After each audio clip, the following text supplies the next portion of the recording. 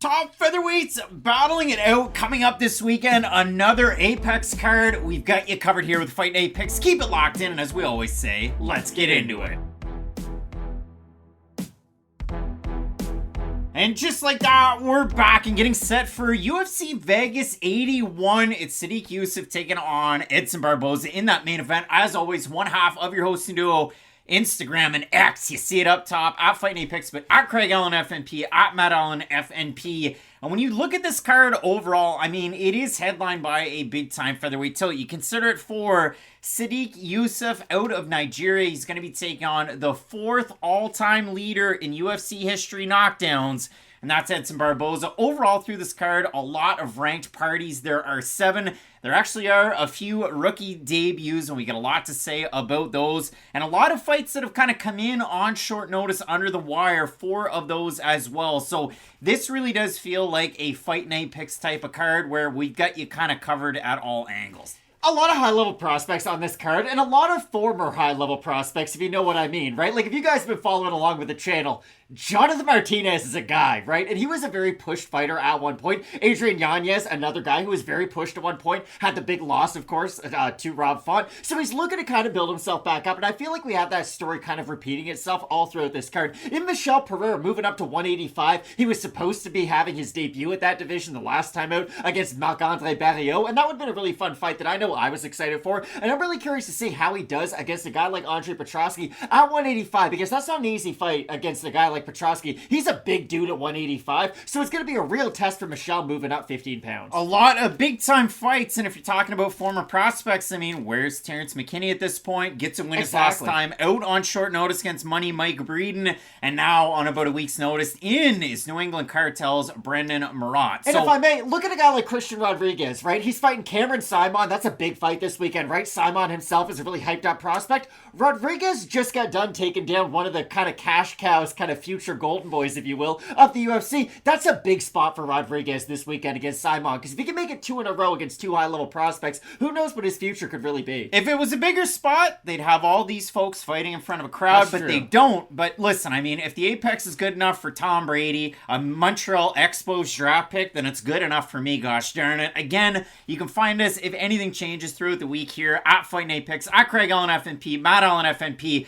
Toss a like and a sub if you haven't already. We've got you covered. Keep it locked in with Fight Night Picks. We always say, let's get into it.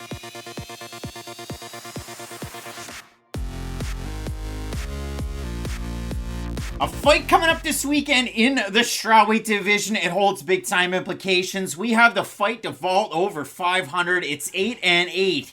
A big time matchup for the Spider Monkey, Ashley Yoder, taking on the former Invicta champ, Emily Ducote. And Matt, when you look at this one, 8-8 isn't great, but looking to skate straight through strawweight on this date, Matt, we say served on a plate is Emily Ducote for Ashley Yoder. And when you consider it, Matt, 8-8, I'll throw down 8 rhymes, kind of like that big time song, Matt. You know it, you can't fade a pimp in his own rhyme by 8 Ball and MJG. That one is a great one. And if you go back and look at that album cover from the mid-90s, 2, count them 2, Dodge Vipers, and one guy standing there cool as ice. And somebody who's not standing here cool as ice, but has probably felt some ice packs on her shoulder, that's Ashley Yoder. I mean, she's been away for 2 years. The 5-1 in, you'll see it on our graphic. What does it mean? Well, that's the last 5 fights, but 5-1 in fits in the space that's available. So that's what we call it here on the channel.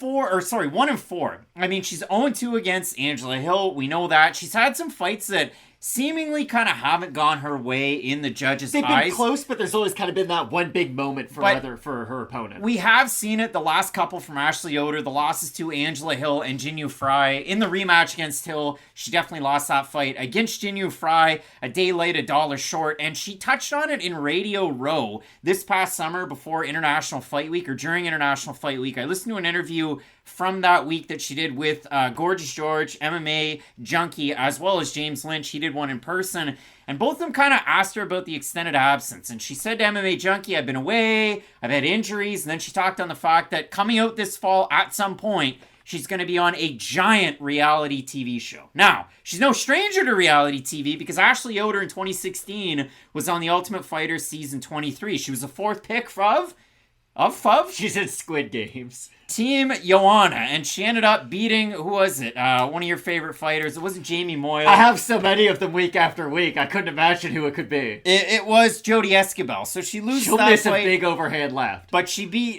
so she beats Jodie Esquibel. She loses Kate Jackson. She ends up kind of losing that fight, picking up the pieces with Invicta. But since then, for Ashley Yoder, 3-7 in the UFC. Now, where it becomes interesting is not just the reality show angle, but when she was talking to James Lynch, 2 shoulder surgeries after the fight with Jinyu Fry, 1 in quick succession, and then they had to go in there and clean it up and realize that it was a much worse injury than originally seen. So for Ashley Yoder, a long time on the shelf. You remember for that second round against Mackenzie Dern, where Dern uncorks a big overhand right, completely overswings, and then bink, as Robin Black would say, Yoder hits that left hook and drops Mackenzie Dern in that fight. That was a really close decision that some had thought that Yoder had won. But if you do look at it, Matt, both of these women, a lot of similarities, because for Emily Ducote, she's trained with Jinyu Fry, who's beaten Ashley Yoder. Ducote's trained at Alliance with some of the women down there. Jenna Bishop, Kat Zingano, Angela Hill. But for this fight, Matt, Ashley Yoder training with all of those women at Alliance, including Angela Hill primarily for this matchup. And Ducote has also lost Angela Hill, who's on the Mount Vesuvius of, well, she could beat both these women. That's cute, no, but this is my really big issue with this fight. I understand both fighters are on 2-fight losing streaks, and you might look at both their records respectively and think, hey, 8-8, 12-8, how good are they? But to their credit, they have fought a fairly high level of competition, even throughout a lot of those losses. Ducote, outside the UFC and throughout her UFC run, has fought a lot of higher level fighters, and I understand at a certain point she is going to struggle, because, let's just be honest, physically she's not really as big as a lot of her opponents have been. She's not a small fighter, it's just her frame isn't as big, and that's really going to be the story of this fight, because I do agree with you. These two fighters do have a lot of similarities, but they have to use their skill sets in slightly different ways because of their physical attributes. Yoder, I know we bring up the Angela Hill fights because they have fought twice, but Yoder kind of does fight like a poor woman's Angela Hill to a certain degree. Has to use that range, has to use that distance, and if she's able to through a lot of her fights, she's a difficult fighter to get close to. She's very tricky with her volume that way, but we have seen fighters, when they're a specialist, be it with wrestling or even striking, they can overcome a lot of the well-roundedness of somebody like Ashley Yoder, because Yoder is someone who, she's not terrible at any one category, she just doesn't necessarily excel at any one spot, and for Ducote, I think it is going to be a matter of getting on the inside, right? We've seen a lot of her boxing combinations, she does a good job with the left hand, be it not only with a hook, but with a jab as well, and I think if she's able to get on the inside of some of the more volume-heavy attacks of Yoder, I do think she's going to be able to land with some of those shots, but again, range is going to tell this whole entire story, because where Yoder has had trouble is, when fighters get on the inside, she has a hard time deciphering, when am I defending the takedown, when am I defending the strikes, and they can mix it up on her quite well. I'll just be curious to see, will Ducote go for a lot of takedowns in this fight, do you think, or do you think she will be comfortable on the feet? Because I think on the feet, she's going to go for a lot of clinch is the problem, and that's why I bring it up. I think on the inside's where she's really going to have to go for it. Yeah, but no. But when I do look at this fight, for Ashley Yoder, again, Brazilian Jiu-Jitsu black belt, when she was just a wee white belt, IBJJF Pan American champ over there. But again, when you're training at a team quest with people like Dan Henderson, it's a quest for knowledge, not results. Fernando Gonzalez and Sam Alvey. I mean, some of the best in the world. But you do see it. I mean, I showed the pictures up there for Ashley Yoder, the Jenna Bishops of the world. You saw how good she was at Bellator 300. With Alimale McFarland, you saw her knee give out. That was a tough one there and a loss. But overall, for Yoder, I mean, yeah, when she takes on a really good wrestler, they're able to overpower. Somebody that's able to close the distance can usually kind of have her number. And when you look at it for Emily Ducote, look at it in her 5-on-in. It's 3-2, a string of 3 wins. She beats Danielle Taylor, wins the Invicta Championship. She beats Zapatella. She's able to keep it. She beats Jessica Penne in a debut, who trains at Alliance with Ashley Yoder and Angela Hill and so on. Ducote, then she takes on Angela Hill. She's not able to get it done. And her last time out, she didn't look as flat as the Angela Hill fight. She's taken on Lupita Godinez. But the boxing of Godinez, I mean, Godinez is a very good fighter. And somebody, if she's not in the top 15 by now, I mean, let's just throw out the rankings. They don't make any sense anyway. But when you do look at it for Ducote, boxing combinations, head to the body, and a lot of leg kicks. She's one of the better leg kickers in the strawweight division. Ducote tends to plod forward a little bit more, but disguise things with her own volume. She's able to mix her power shots in well. You saw it in that Danielle Taylor fight where she had her kind of rocked and then threw the head kick and knocked her out. It was a wild knockout win.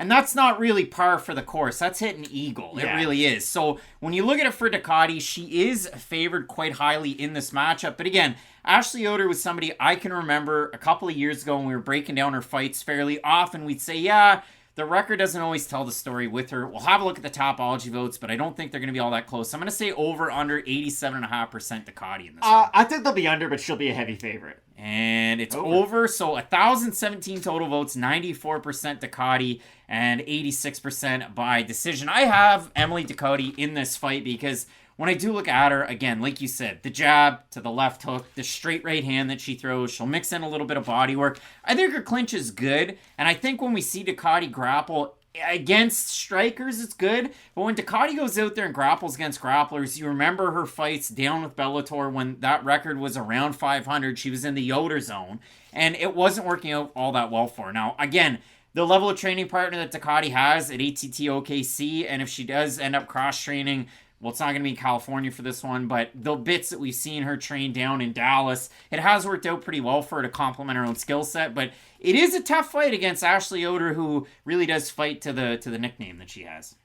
But at 35, though, with the injuries, you do have to wonder what stage of her career is she at. She's not 8-8 because she is one of the great fighters in the division. But again, she does offer a really interesting stylistic test because of the well-roundedness of her game. And I do think there's a world out there where Ducote is kind of just stuck on the outside of the range, not really being able to close the distance on some of those punches. And if that is the case, A, it's probably going to be a pretty boring fight. And B, Ashley Yoder might be able to just her way to a decision win. I do have Ducote. I do agree with your ultimate prediction. But it is an oddly close fight just because Yoder does have a path to victory. Well, and we'll see if it ends up like Roman Dolidze taking on Marvin Vettori. Dolidze used to train at Extreme Couture. Vettori sneaks in, and then he goes in, takes the game plan. Ducote was the first one to train at Alliance.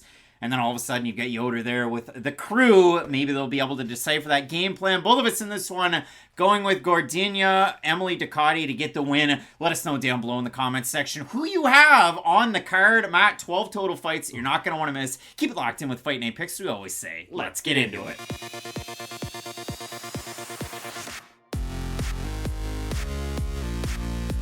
Originally to be number 15, El Guapo Chris Gutierrez taking on the underground king of the bantamweight division. I'm talking about Montel Jackson. How excited were we, Craig? Early on last week, that fight was dissolved. Montel Jackson couldn't make the walk, so it was announced that the Mongolian Knight, Alatengheili, would be taking this matchup in on short notice, Matt, in this loaded Shark Tank of the bantamweight division. And when you look at this fight overall, Matt, Alatengheili was already getting ready for a fight. He was supposed to fight my guy, a personal favorite, not Leonardo Santos, no, Rani Yaya, another Brazilian grappling ace. And for Alatengheili, that could have been an opportunity at a coming out party, but it ultimately gets scrapped. So now, instead of facing that wily vet Yaya, he gets an opportunity at the rankings. And this is where it gets really interesting, because for Alatengheili, coming off a long layoff, coming off a big win over fellow Canadian Chad Anheliger, gets that decision win, and that's a big feather in your cap. I mean,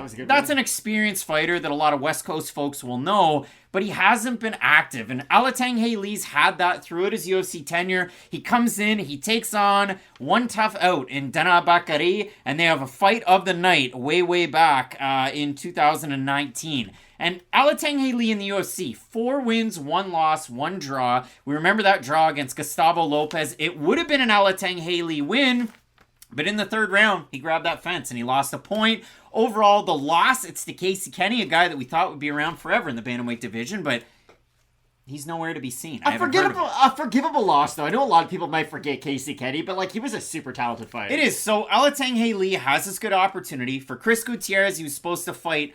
Again, I can't stress this enough, how good Montel Jackson is, and Gutierrez was a pretty big underdog in that fight too, so now you get this matchup to where, if we break down Gutierrez really quickly, we know him as the leg kick king. Against Pedro Munoz, they almost went tit for tat in that respect. Munoz gets the knockdown when he switches to southpaw and lands that big left hand. It drops Gutierrez. He spends the rest of the first round on top, and Gutierrez really couldn't get into a rhythm. He was a big favorite against Munoz in that fight too. But when you watch Gutierrez fight, really high guard, really high. He's one of the bigger, taller guys at 135.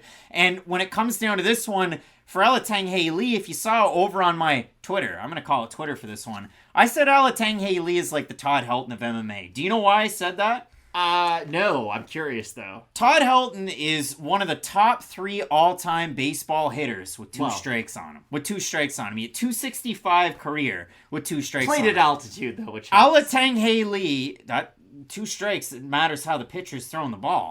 It's still, you have a higher average at altitude than you would otherwise. But when you look at it for Alatengheili, the reason I say this is he could be at a 1-2 count, but he's always got a little bit of that wrestling in his back pocket, and he's got bricks in his hands. And training at Fight Ready with guys like Richie Long that was able to get the win last weekend, Eddie Cha, Santino DeFranco, it's going to just continue to sharpen those skills of Alatengheili. So I like the camp for him. I like the Helton comp, but unlike Todd Helton, I don't think Alatengheili in MMA would ever hit over 300 career. I don't think he would. It is going to be a really interesting fight, though, and I'm glad, and I do agree with what you said about Chris Gutierrez. When he's in the driver's seat of these fights, he can go downhill and beat just about anybody. He lands great combinations. He has shots that ultimately accumulate over time, which is really important. Not only the leg kick, he will go to the body sometimes. He has good combos to the head, too. And it is his volume to go along with the power, right? It's not just that one big shot that's going to put his opponent out. Yes, he does have good power, especially up the middle with his hands, but still, it comes down to the combinations and how often he can land them.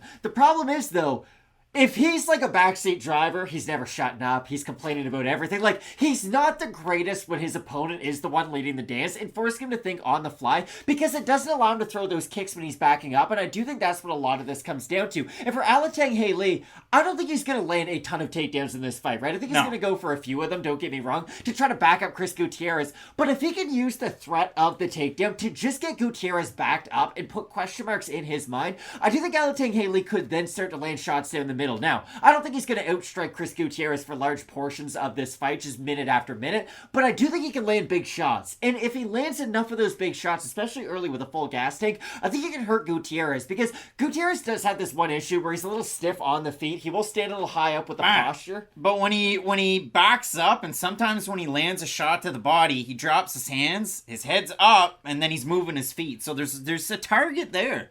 Exactly, and that's where Alatengheili could definitely, again, I think it does come down to just the threat of the takedown. I'm not sure how many he's going to be able to complete, and I do think Gutierrez is going to threaten quite a bit up the middle, especially with the knee, but if he can just use the takedown to force Gutierrez back, it does make the fight a lot more winnable than it would be otherwise, because if we just see Gutierrez marching forward, throwing kicks up the middle, front kicks, leg kicks, we probably know how this fight's going to go, right? It's going to be difficult for Alatengheili to start moving his feet and evading some of those bigger shots, but if Alatengheili can use the wrestling, and again, I mean it more as like a defensive mechanism for his striking, I do think he can have some success. Well, if you look at it for Gutierrez, again, he has a stutter step of a weight cut. It was the start of last week where the fight was thrown out, and then all of a sudden he gets Alatengheili, who had a fight on the way anyway, coming up this Saturday against Ronnie Yaya. Matt, the rhymes continue. For the first UFC Academy winner over in China, that's Alatengheili. His strike differential in the UFC, only 6 total fights, but it's a negative 1.64. So when you're fighting in a negative,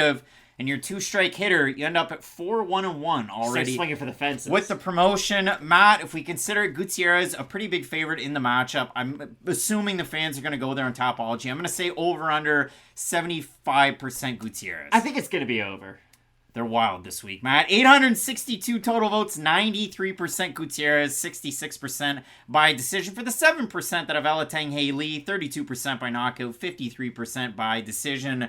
So who do you have in this matchup? I have Chris Gutierrez, personally. I didn't have him in the last fight. Hopefully we do get a rebooking of that one. But again, stylistically, this is a much more favorable matchup. And I do feel like a lot of people are buying low with Chris Gutierrez right now. I know he didn't look great in the Munoz fight. Munoz was able to kind of out Chris Gutierrez himself. But still, Munoz is one of the better fighters in the division. He has a wealth of experience against high-level opposition. So I do have Gutierrez in this matchup. But I'm really curious to see how this fight goes. Because again, I do think Alatengheili with that forward pressure can at least offer some interesting moments in this fight. And Alatengheili shut out his last opponent in and Helliger, all 3 judges scoring at 30-27. You know, for Gutierrez, the 2 knockout wins that were on the way in against Pedro Munoz. You got the big one against Dana Bakary. You got another one against the all-time legend and future Hall of Famer Frankie Edgar. I have Chris Gutierrez. Casey Kenny was able to mix things up a little bit in the matchup. Exactly. And Kenny's one of those guys. It's just constant volume. He never stops. Gutierrez is pretty darn good in that respect as well, and he can do it through all 3 rounds. So both of us in this one going with Boss Rutan. El Guapo, Chris Gutierrez to get the win. Let us know down below in the comments section who you have. Some big-time matchups, including at the top of this card. It's a featherweight marquee. Yusuff taking on Barboza. You're not going to want to miss it. Keep it locked in with Fight Name Picks. We always say, let's get into it.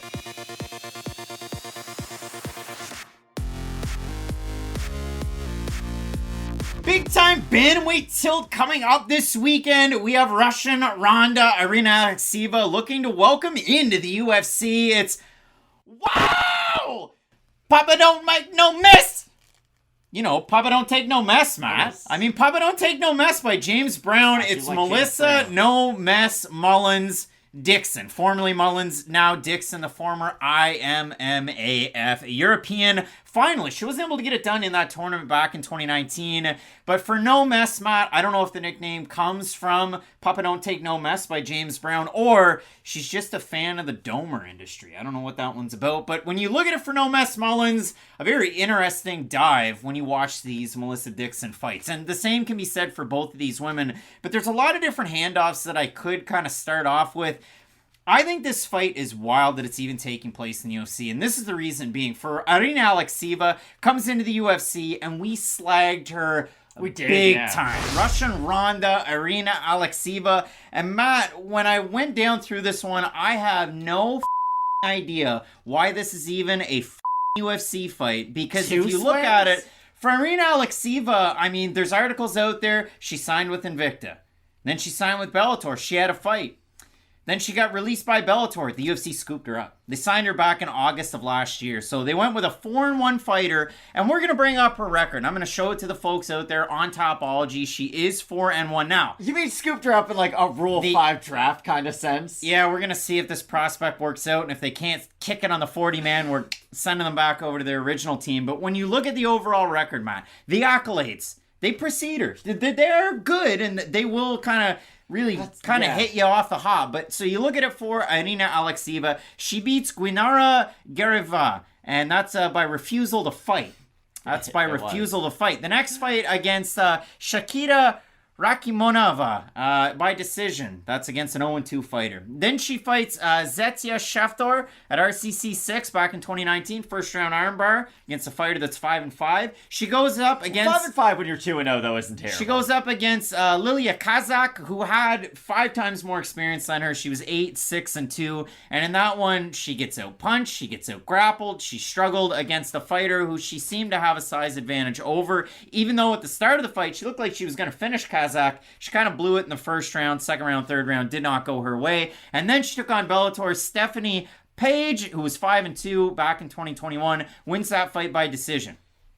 She weighed 129.9 pounds for flyweight, and the entire fight, the commentary team said, I don't know why she didn't make the weight. Boy, she looks really slow in this third round. Boy, it wasn't going very well. So again, I know I seem incredibly negative off the hop about this prospect who's 4-1, who's almost 33 years old. It's a really, really strange signing. It is, but at least let me play devil's advocate for 2 seconds. We're not going to see her in the areas she's worst at in a lot of this fight. At least that's not what I think. So for Irina, if she is able to translate some of that judo success over into the UFC, then I don't think this is going to make for the worst fight ever. I do agree with you. If you stack all of her skills up on top of each other, are they going to equal this crazy high tower? No, but I do think we will see the highest accentuation of her skill set. Yeah, so for Irina Alekseeva, let's give her flowers. A 3-time Russian judo champion, silver medalist. She's a Russian European gold medalist at the Sambo World Championships, a 4-time Russian hand-to-hand combat champ,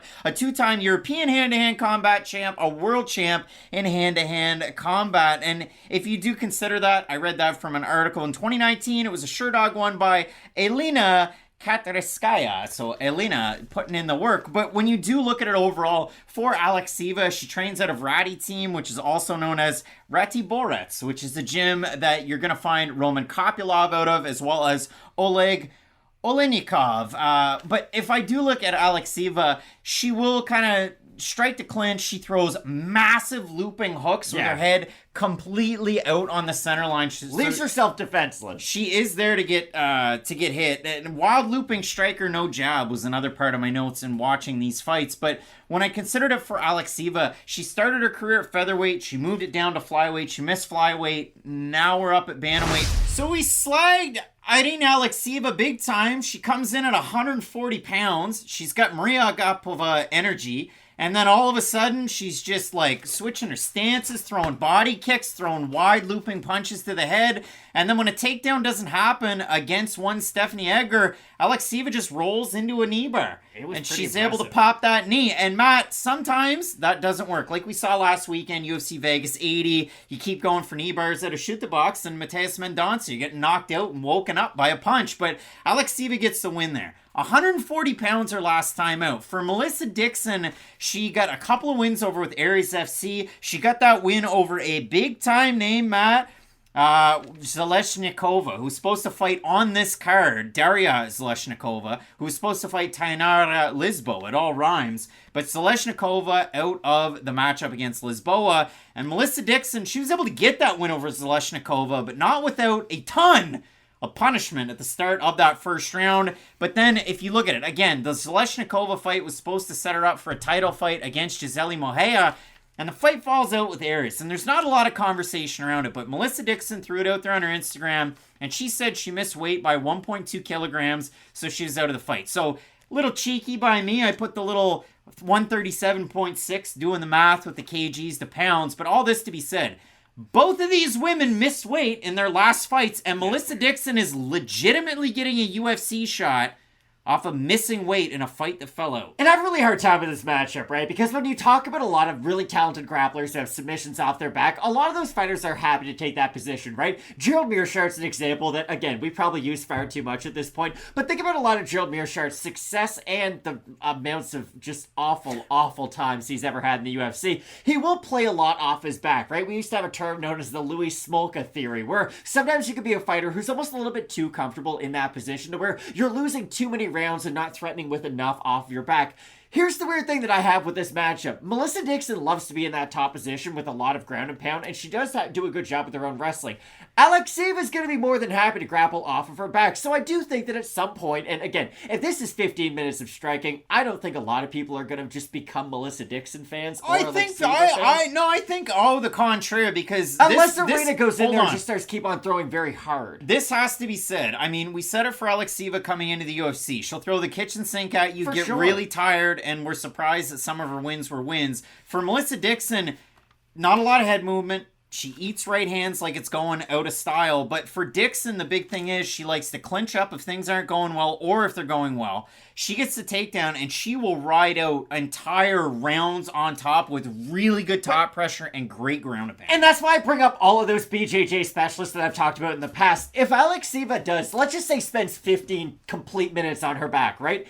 Every second of that fight, you're still going to be worried she's going to be able to hit that Hail Mary, land a submission, and end the fight regardless of what the scorecards are. And that's why I have such a hard time with this fight, because Dixon could have that top position for 14 minutes and 59 seconds. And for all of that time, up until that last second, I do think Alekseeva, unless she is completely just gassed due to her striking and just trying to get out of compromising positions, I think she's going to have that chance to throw that Hail Mary and get the submission win. And that's why I do have a hard time with this fight. But I will say, Dixon, if she's able to get that top spot, I don't think it's going to be a one and done type situation. Like you said, she is very heavy from that top position, and she'll be active too. And if she's able to land consistent ground and pound against Alekseeva, Irina's not just going to be as comfortable, maybe even pulling guard or just working off her back from that position. And no mess, again, you got to go down through it. 5-4 as an amateur. She fought Ivana Petrovic, who ended up becoming the Irish champ, and she was able to kind of parlay that into the UFC to a loss in the debut. But if you look at it for Dixon, I mean, as a pro, 5-0,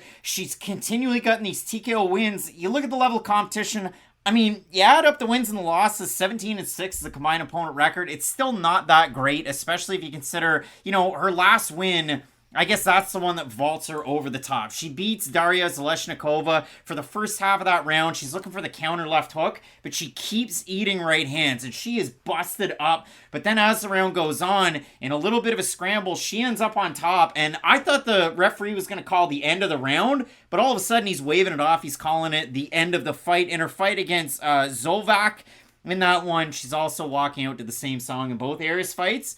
Dancing in the Moonlight. So expect that in the Vegas confines. A lot of people just grooving to the tune. Again, not walking out to James Brown, so I really don't know where No Mess comes from. But the biggest point that I have out of this, and the other one, I guess you can find her regional fights that aren't with Aris. They're all on YouTube. So just look up Melissa Dixon or Melissa Mullins. But I'm not a big fan of MMA comedy Shane Gillis. Sometimes he gets me, sometimes he doesn't. But the one thing that I can agree with is MMA comedy, Shane Gillis? Yeah. He talks about MMA? MMA people tend to like Shane Gillis, so that's where we're going to pull things okay, but together. I don't think he's an MMA comic. I guess he's not Adam Hunter. He doesn't have a special out there on Fight Pass. I know exactly what joke you're about to say. You know where I'm coming from. I'm watching a lot of football. I'm watching a lot of MMA. Are you big into history, Chris? And I picked up a book the other day, Matt, Revolutionary. George Washington at War. And I want to read you an excerpt, where the Shane Gillis joke is. Matt, they're talking, the author's talking about the Continental Army and how the colonies were pushing back against everybody that was coming in and trying to take what they wanted as theirs. Meanwhile, their training at the key elements of tactical maneuver, moving from column to line and vice versa, remained at best sketchy and haphazard. Both of these women have that problem like the Continental Army. Their striking defense is such a sketchy and haphazard thing that you have to watch win in this fight still doesn't help me determine the ceiling of either fighter. But am I becoming a Republican? You might be. Wrong country. Here's the weird thing. Again, I brought it up for all the reasons I said. Dixon could be on top the whole entire fight, and I'm still going to be concerned she's going to get finished at any point throughout it. Remember when Wonderboy fought Darren Till? It was one of the worst fights of all time. But remember watching it live? It wasn't that boring. Like, I've told people this before, and they don't believe me. Watching it live, it wasn't as boring as you would assume, because the anticipation was there. You were always worried that either guy was going to land that big shot, and I think the grappling sequences in this matchup is going to mirror that fight a little bit. So maybe selling this fight as being Darren Till versus Wonderboy Thompson as grappling isn't the greatest way to sell it, but I do think it's going to have a similar vibe to it. Melissa Dixon opened an underdog at a plus 102. She's a minus 150 favorite right now. We have a look at the Topology votes. Surprised to us as they are to you. I'm going to say over under 65% Dixon in this one. I think it's going to be the other way. It is, no, but it's slightly under. 979 total votes, 62%. Dixon, 77% have her to win by decision. For the 38% that have Alekseeva, 50% by decision, 38% by submission. And when I look at a Melissa Dixon fight, Matt, it could be Zalezhnikova, it could be the Aris fights, the fights in the regional scene. It doesn't matter who she's fighting. She did fight one woman way back when, and the nickname was for her opponent, Mistelli, the housewife. The housewife. Wow. That's just a shot right in the gut. But when you do look at these Dixon fights, she eats strikes to close the distance to get the fight down to the mat. I can see her struggling trying to do that against somebody who's a hand-to-hand champ, a sambo champ, a judo champ. This is wild. I'm taking Irina Alekseeva in this matchup as I took a slight underdog in last week's fights on the prelims. I don't like Irina Alekseeva. And I don't really like Melissa Dixon as far as high ceilings in this division. But I think for Alekseeva, unless things go really south and we see that cardio wane like we did. Or she weighs in at 142 on Friday. This is a question mark kick special just because it will be really important to see both women on the scales exactly. I agree with you, though. I do like Alekseeva in this matchup because if this fight is primarily contested on the mat, which you would assume it's going to be, Alekseeva does have the threat of the submission just a little bit higher. Not that Dixon's a bad grappler by any means, but she's going to put herself in a lot of danger throughout this matchup. And even though she might win rounds because of it, I think she could get finished at any point throughout. So I've got Alekseeva, but it'll be an interesting fight. Craig Allen, reading books that Canadians don't often read. Matt, both of us going with Irina Alekseeva to get the win in the matchup. Some big time fights in this card. The co-main event, Jennifer Maia is going to be fighting Viviane Araujo. You're not going to want to miss that. Keep it locked in with Fight Night Picks. We always say, let's get into it.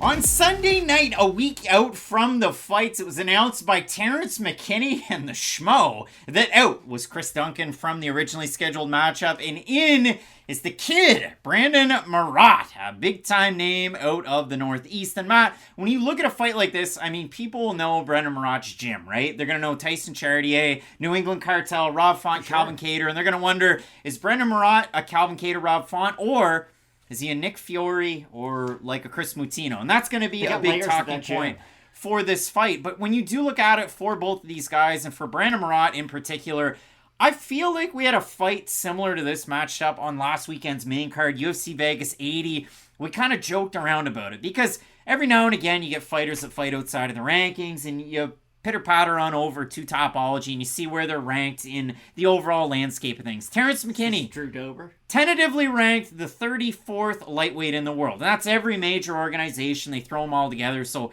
hell, AJ McKee could be higher than him. That seems a little generous to me. But McKinney ranked 34th on Topology. Brendon Marotte, 24th ranked lightweight in the U.S. Northeast. It's a very specific area. The barrel, we're near the bottom. Now, that's rude because it doesn't do Brendon Marotte justice. And I went back and I listened to an interview that he did with The Room and Steven Domenico. He's always interviewing fighters out of New England. And Steve himself has a very, very New England accent. So what I learned about Brendon Marotte, if you go through his career, there's bits and pieces of layoffs, right? Because he loses to Adley Edwards and you wonder, okay, Adley Edwards ended up having some big fights with Bellator. Where did Chris go? Well, he took the time off. He fights Dan Dubuque. He wins a split decision. I thought he could have lost that fight. And if you listen to that interview, he says, well, when he fought Dan Dubuque, he had a little bit of respiratory infection, had a hard time breathing going into that one. So he took about 2 years off between the Dubuque split decision win and then fighting Dion Rubio. He goes out there, gets a TKO win pretty quick. And then not that long ago, back in August, he takes on Lionel Young, gets the win. What was Lionel's record, Craig? 31 men have tried. 20 have succeeded. Now, Lionel Young, yes, is an 11-20 fighter. He has losses in his career to Rob Font, Jay Perrin, Tom Pagliarulo, who I think is going to be in the UFC at some point, Peter Barrett, and Sean Soriano. So some big names. That's what, like 6 guys out of 20. So most guys in the regional scene would lose to those 6. But 11 he was able to beat. But when you go back and you watch that fight, Lionel Young looks like he's going to have some success in the grappling. And then all of a sudden, out of the ashes, Brendon Marotte's able to switch position after spending most of the first round on the mat. He ends up getting the win by rear naked choke. So now, even though this fight's on short notice, Matt, I threw it out there, and again, being a little bit cheeky with some of these graphics because we don't know what Brendon Marotte's reach actually is. I put for his style, hybrid. His boxing's pretty good. It's gotten better as his career's gone on. I think his wrestling's pretty good for a guy coming in off the regional scene. And it's a little loose, but it's not bad. The biggest thing for Brendon Marotte is, and I'll throw a picture up there, he was on the last episode of Dana White's Looking for a Fight. Looking for a Fight Boston, that Combat Zone 79 card that was taking place. And obviously, you saw Connor Matthews getting the marquee and a lot of notoriety, and they didn't even sign him into the UFC. They put him on Contender Series again. But Brendon Marotte featured in clips and bits and pieces. Now you're taking on Terrance McKinney. And you know how good of a wrestler he was. He went up, through, and then down as his wrestling career went on in college, university, so to speak. And for Terrance McKinney, the performances have been up and down. But his last time out, he took on Money Mike Breeden. I was putting a kayak on the back of the Subaru when I was talking about that fight by myself. And McKinney, 30-1, the significant strikes, and absolutely dismantled Mike Breeden by hitting him with a tough left hook to the body. And then he had him all sorts of confused on Beach Street, through a knee, and that was the beginning of the end. So a giant performance by McKinney, not that long ago, back in August. And now you get this short notice thrown together fight where Brendon Marotte doesn't necessarily fight like Chris Duncan either. He definitely doesn't. Terrance McKinney to me feels a little bit like Cam Reddish, to a certain degree, just because there was a lot of hype initially, right? Well, there was. Hey, this guy is going to come in, be a transformative star, perhaps, and I don't think Terrance McKinney is a bad fighter by any means. I know the results haven't necessarily been where the expectations were placed, but the expectations were placed quite high, and I don't think you can completely write off the fighter just because they weren't able to completely, satisfy what the masses thought they were, because McKinney, like you say, he still does have the wrestling in his back pocket. He still can land extremely heavy shots down the middle. The guy can bang at 155. Like, if he lands clean on your chin, there is not a ton of guys in this division who can withstand it. And this is the big question I have about Marotte, especially in the UFC. He does have a tendency to leave his hands floating a little bit. And we talk about this a lot, right? You can have your hands out very far, and to a certain degree, it'll help you defend things like overhands because it will help shield that shot coming over the top. But for straight shots down the middle, that's not necessarily the best striking defense to have. And Marotte does an okay job job moving his feet. He kind of does have that kind of stutter, kind of half shift to his style. But if he does have that striking defense at the UFC level, and maybe he will continue to fight at 145 after this matchup, maybe this is what we see a lot of guys do in their debut. You kind of have that one fight above your natural weight class, kind of get it in to get your foot in the door, and then we'll see you move back David down. Onama. Benoit Saint Denis is always the guy who comes to mind just because his 170 debut his went disastrous, but he has looked a lot better since he's gone down to his natural division. I just think for Marotte, that striking defense does worry me against a guy like McKinney, who, yes, for all the faults in his game, and yes, we can bring up quite a few of them, the guy lands pretty good shots down the middle, and he can land accurate ones at that too. And if Marotte does try to go in there and use some of his own offensive boxing to match what Terrance McKinney can do on the feet, unless he lands a massive overhand early in this fight that can really change the complexion of the whole entire thing, I do think McKinney's the much more accurate striker from that position, even if he is moving backwards, because that's the difference between these guys. McKinney, when he's moving forward, he's a threat to knock you out, but he can still land power shots down the middle when he is on the retreat. I know we've seen him get clipped in that spot too, but he can still land if he's forced to move backwards. McKinney's big trouble is when he tries to land a lot of those power shots, he squares up and he's able to get countered. And when you look at a guy like Marotte, he can land those counter shots. You've seen it in his matchups. He's a guy that walks out to Missile by Dorothy. I'd say underrated banger, but I'm not a big fan. It's like walking out to I'm Only Human after all. Like you're Rafael Fiziev. And there's a guy on this card that I think has a Rafael Fiziev tattoo, so we're going to talk about that. But for Terrance McKinney, you gain the advantage of being a southpaw in this fight. You gain the advantage of you're getting ready for this fight.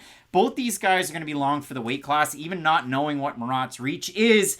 He's 5'10", so he should fill out pretty well. And Terrance McKinney, he's a guy that's fought at featherweight in the past as well, so keep that one in mind. McKinney, the Dana White's Contender Series vet, popping up from that takedown attempt, Sean Woodson. Shut your lights out. But when you look at it for McKinney, this is my biggest thing. He was 4-3 at featherweight, 8-3 at lightweight, 1-0 at a catchweight of 160, and 1-0 at welterweight when McKinney fought there the one time.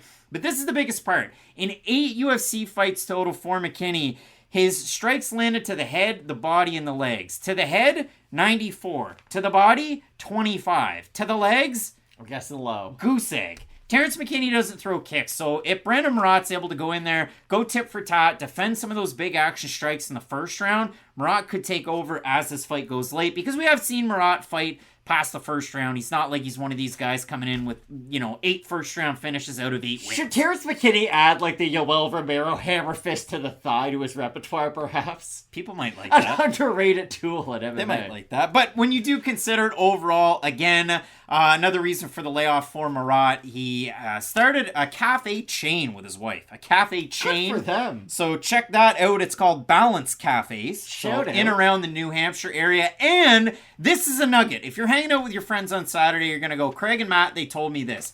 I did a deep dive because I thought, all right, Maine, they've got the Irish Hand Grenade, Marcus Davis, they've got Devin Powell, Massachusetts got all sorts of fighters, Connecticut's had some, Vermont. Tim Sylvia? Not really a big time. Tim Sylvia out of Maniac? Ellsworth, Maine, but not a lot of fighters Tim Boach? out of Vermont. How many fighters out of New Hampshire can you think of? Because I didn't find a single UFC fighter out of New Hampshire. It's a beautiful area. Listen, Devin Powell fought out of Maine when he was in the UFC, but his gym Nostos is just across the border in New Hampshire, so it doesn't really count. So this could be the first New Hampshire fighter in the UFC, and Brendon the Kid Marotte. Matt, I assume Terrance McKinney is a giant, juiced up, massive favorite. We don't have odds on this one. It was thrown in on incredibly short notice. We have a look at the Topology votes. Price us there to you.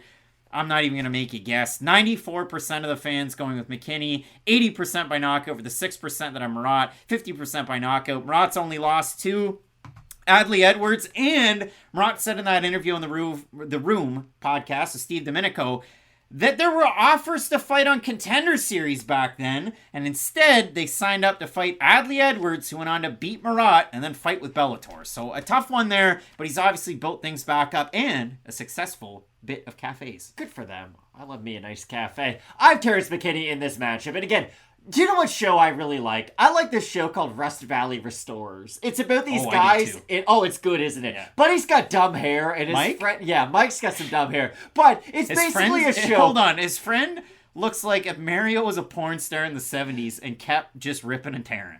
Oh, for sure. But it's a good show. My I'm not point kidding. is, though, the whole show is about these guys in British Columbia who have a lot of old cars and a big, rust yard. And they fix them up. Terrance McKinney might not be that sports car that everybody thought he was, right? That everybody initially assumed.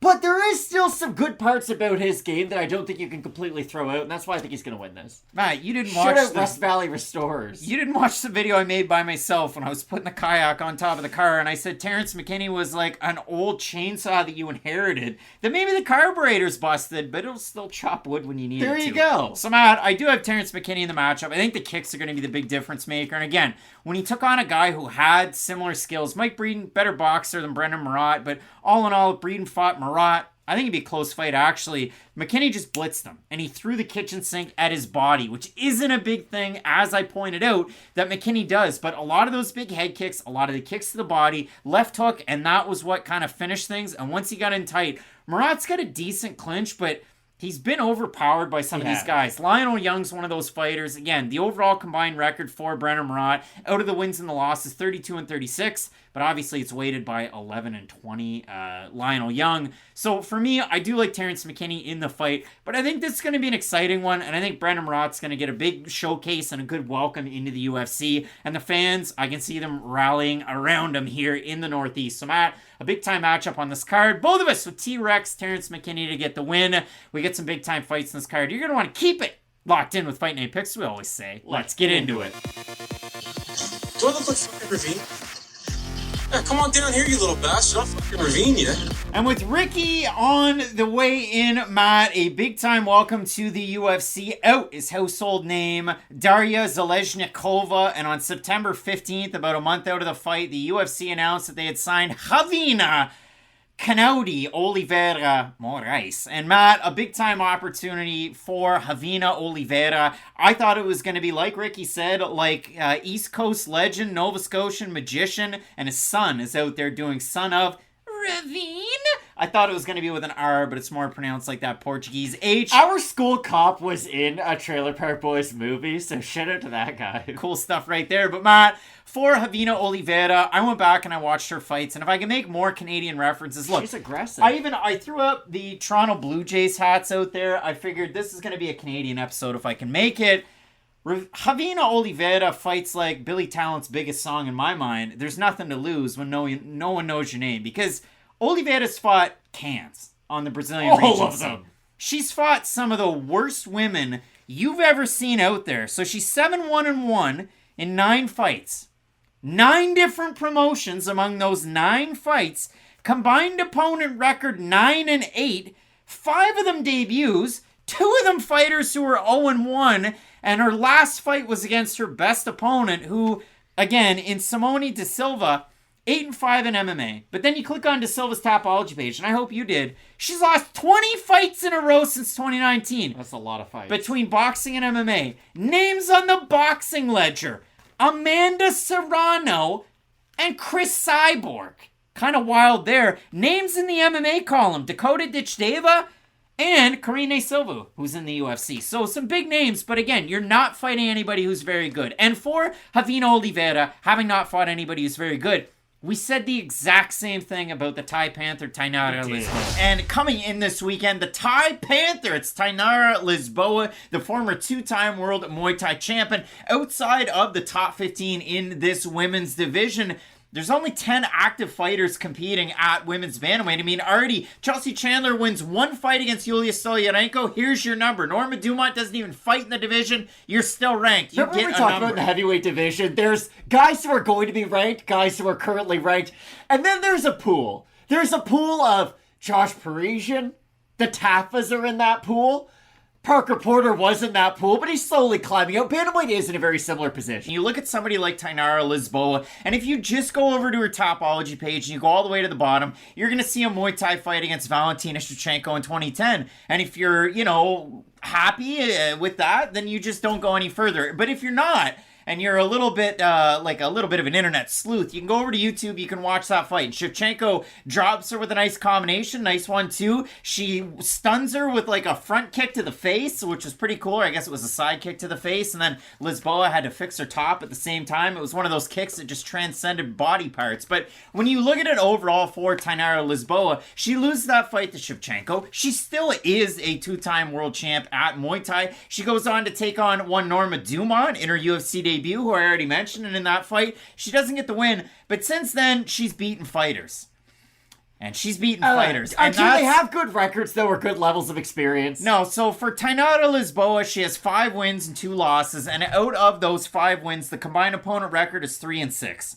Which isn't phenomenal. And that's Sorry. 3-6 out of all the 7 fights, because Norma Dumont was also a debut, and Lorani Santos, who beat Tainara Lisboa, was 2-1 at the time. She's 6-1 now, but overall, Tainara Lisboa has fought less than competition in MMA. However, in the wins, she's looked really good, and in the losses, there's been moments, but out of those wins, what I've seen out of Lisboa has actually impressed me enough to the fact that I think she's actually going to have a decent time in the UFC, because if you watch her strike, she's kind of a sniper on the outside. Very accurate. Nice low base, really good leg kick. She holds her hands out quite a bit. She lands a nice jab, 1-2. She likes to clinch fighters up. She has a very strong upper body to go for throws, and when she gets the plum clinch, as a Muay Thai fighter is somewhat expected to do, those Thai knees are great out of somebody like Lisboa. So I go down through all the rounds through this pro career, but what I do like out of Lisboa is she is very active. If she gets in a bad position, she's always fighting to get out of them. So we said that about Lisboa. She came in, she fought a fighter who was 4-4 in the UFC, and Jessica Rose Clark. She gets the win in that matchup, and what you like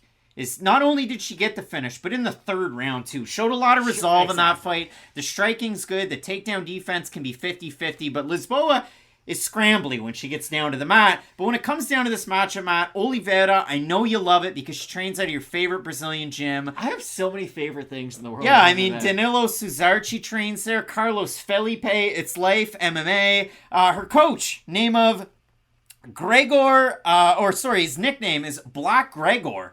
It's Edilson Teixeira.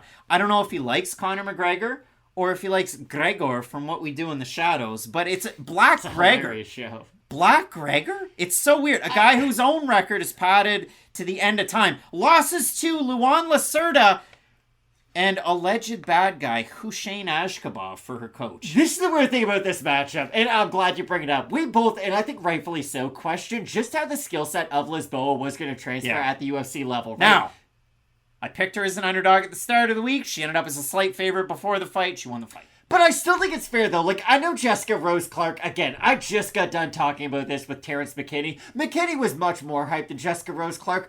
But there was a time, and I know it was a while ago, it wasn't last year, wasn't the year before that, might have been 3 or 4 ago, but Jessica Rose Clark was a pushed fighter in that division, and a lot of people did have high expectations for her, and if you know anything about Rose Clark, you know she is a talented wrestler that is at the forefront of her game, and if you're able to go out there, withstand a lot of her takedown attempts, and ultimately get a submission win, it at least proves that you do belong in the organization. I don't know how long you're going to spend in the organization, but your skill set at least will transfer. And for Lisboa, you bring it up. Yes, the grappling is what got her the win, but her striking didn't look terrible in that matchup. And I do think it's going to be interesting to see how often she's going to strike and how comfortable she is on her feet. Because for Oliveira, what I noticed a lot, especially throughout her regional fights, is she is all downhill trying to go forward. You bring it up. Nothing to lose when no one knows your name. Everything is trying to go directly at her opponent, either pushing them back up against the cage. She will sometimes overcommit on her strikes and just end up in those weird chest-to-chest clinches.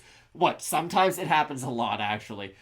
Javino Oliveira fights. Okay, so there's 3 debuts on this card. Brendon Marotte, who I put as a style hybrid. He can eat a shot. His wrestling defense is not the greatest, but he's squirrely. He's 8-1. Then you look at a fighter in Melissa Dixon, who was supposed to fight for an Heiress title, missed weight in that one. She gets hit quite a bit. She has a good chin, we know that. And when she gets the fight down to the mat, she's good on top. Javino Oliveira, 7-1-1 against the paltry level of competition.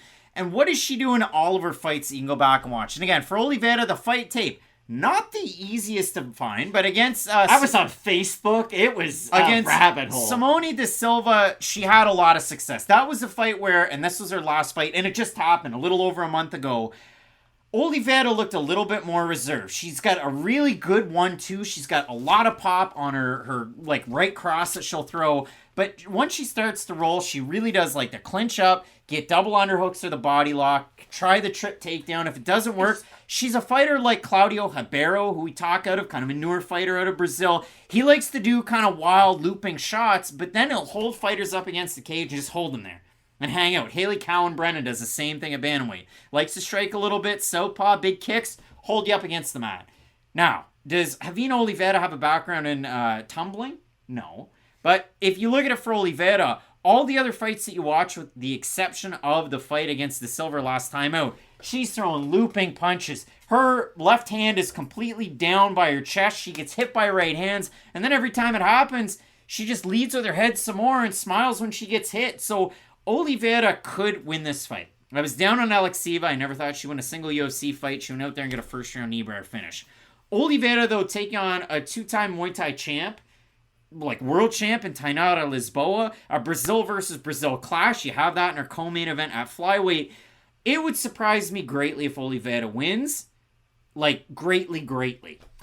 Like, great pumpkin greatly. There is a reason I bring this up about once every 2 or 3 weeks, though. I don't think Chaos Williams is going to be very good in the UFC, like at all, if I'm being completely honest. Like, he's really surprised me throughout his run, just because the level of competition was awful on his way to the organization. But to his credit, now, to be fair, he does have ungodly power that I don't think Oliveira possesses. But, and I'm sorry, Mr. Williams, for not believing in you. You're a very, very nice dresser. I'll give you that, too. He has really surprised me, and maybe Oliveira can do the same thing, but Lisboa had a lot of those same question marks leading up to her debut. The difference is, she was able to go out there and at least justify that her skill set can transfer, whereas for Oliveira, we're still kind of waiting for that to happen until we do see this fight, so I do think it's difficult to pick Oliveira until we see what happens in this matchup, and then we'll all have a much better idea as to what she's going to look like moving forward. I'm sure everybody by now has seen the Viviane Oliveira fight against Waleska Souza, went on to fight with the LFA, and Oliveira in that one tries to go for that clinch, she gets taken down, she spends a lot of time off her back, and the worst part is, she CM Punks it. Now listen, do I go to grappling classes? No. But when I watch somebody who's accepted guard with their legs, they haven't wrapped their legs are free, and they're not trying to kick off the hips of their opponents, they're just accepting the guard, like Chick Magnet Punk with Duke Rufus. He had one of the great finishers of all time. The go to sleep was pretty sick. Where he'd lift them up and knee him. Well, she went to sleep because she ends up bucking out of the position. She gets on top of Waleska Souza, who's snatching it up, and I thought, there's no way Souza's going to get an Ezekiel choke. Won by Ezekiel choke against Viviane Oliveira. Matt, Lisboa, big favorite in this matchup. Again, Oliveira taking this fight on a month's notice, abbreviated training camp for it. We have a look at the Topology vote. Surprise that's there to you. I'm going to say over under 85% Lisboa. I think it'll be over. And it is under 926 total votes, 79% Lisboa, 69% by decision for the 21% that have Oliveira, 60% by decision. I have Tainara Lisboa in this fight. I think she's going to have a lot of success in the striking. Again, that clutch work for Oliveira, it could just make it a stalemate, and she does have pretty good knees when it's in the clinch. Sure. She's not like No Mess Mullins, who's got really good uppercuts, but yeah, for me, I have the Thai Panther in this one. I've also got Lisboa. I will be curious to see, though, if Lisboa did just have a pretty favorable stylistic matchup her last time out, because maybe we were right, you know? Like, I'm holding out hope that the take is still viable. I have Lisboa in this matchup, though, and I do think she is the more complete fighter. Both of us going with Thai Panther, Tainara Lisboa to get the win over Canody, Viviane Oliveira. Matt, some big-time fights in this card. We touched on some of them, but Yusuff taking on Barboza in the main event is one that you can't miss. Keep it locked in with Fight Night Picks, we always say. Let's get into it.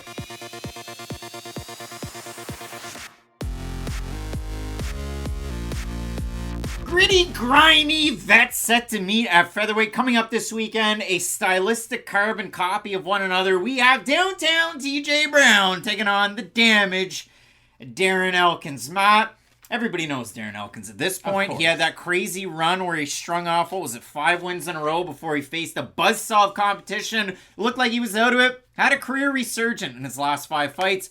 But for Elkins' last time out, he takes on Jonathan Pierce. And Jonathan Pierce, JSP, he's kind of in a realm like a Darren Elkins, like a TJ Brown. Is striking really going to be at the top of their game? Not necessarily. They can all do it. Exactly. But it's really grinding and using the wrestling to wear on their opponents. And Pierce looked really good in that fight against Darren Elkins, and I'm going to throw it up there. Elkins put it out there on his Instagram. He tore his meniscus, his MCL, and fractured his fibula. That's bad. After that fight against Pierce. Still getting to go on his vacation, though. Good for him. Although he enjoyed it in a wheelchair. I didn't see that. For his some leg was reason, I have messed up. Darren Elkins on Instagram, of all people. But for Darren Elkins, I mean, you consider it, we're what at this point? 39, the mileage is there, and he struggled against some of these fighters. Now, Elkins has also had a lot of wins over guys like TJ Brown. I think of the fight against Tristan Connolly, the fight against Derek Minner. Would you agree? He is kind of in that Andrei Arlovsky category of, hey, I don't look at this fighter and think they're going to go on, become ranked again, and fight for a title, but as an interesting test for a lot of fighters on their way up, they are a very difficult one. And for Darren Elkins, you bring it up, and I couldn't agree anymore. He's fought guys who, during their path to the top 15 or just up the division, have stylistically been similar to TJ Brown. But the thing about Darren Elkins is, it doesn't matter at what stage throughout his career he is. I don't think he eats the damage as well as he used to, right? Like, he was almost impossible to hurt at one stage of his career, but he still does have the cardio. That is the one thing that he hasn't lost yet. He's like an Atlanta Canadian snack from the sea. Would you I like like some? Dulce. So I've got, reminds me of our grandmother when I eat it. I've got Dulce here, and what Dulce is, it's a always had it. cold water type of seaweed, and it grows purple usually, up until the last couple of years, and this is a major ecological thing that you're going to learn here with Fight Night Picks. But the clean emotions, guys. But the quantities of Dulce that have been able to grow in their nice purple color, that nice saltiness. That nice snap to it, right? You like that. But they've started to go away because of the rising temperatures of the seawater. And it started to turn the Dulce green versus purple. People don't want to buy the green. They want to buy the purple. The green makes it almost look like it's bad. It's not. You can still eat it. But people aren't paying that premium price for that premium product here in New Brunswick and across the bay in Nova Scotia. Darren Elkins is a little bit like Dulce. We're over the hill. Things are getting hot. People aren't buying what you're selling. But isn't that the hardest thing to do, though? Predict a fighter at his stage of their career. Because I do liken Darren Elkins a little bit to even a Jim Miller, a Clay Guida, perhaps. Because, yes, they aren't what they once were, but they still do have a bit left in the tank. To quote Mark Henry, you think he's going to retire, right? You see John Cena giving him the title. It's all great. But guess what? I got an awful lot left in the tank. And then he hits you with a world's strongest slam out of nowhere, okay? With that pink suit on. I love Mark Henry so much. But no, when it comes down to this matchup, though, the reason I say it, Darren Elkins, let's look at just the last 3 fights. He loses against Cub Swanson, where Swanson's fighting with his hands down, and then he gets the win, knocks him out, the spinning wheel kick and the like. He beats Tristan Connolly, where he wears him out, just like he was able to wear out Derek Minner, and then he loses to JSP, and it didn't look all that good. For downtown TJ Brown, you remember him coming into the UFC, gets the win over Dylan Lockhart, if you like Northeastern MMA, you know Dylan Lockhart. So he gets the win there. And it was so-so, right? Like, he was on his way to beating everybody's favorite Jordan Griffin until he gets himself caught on a takedown into his submission. He beats Kai Kamaka somewhat controversially. Kamaka's done great things with Bellator since. TJ Brown beats Charles Rosa with the takedowns.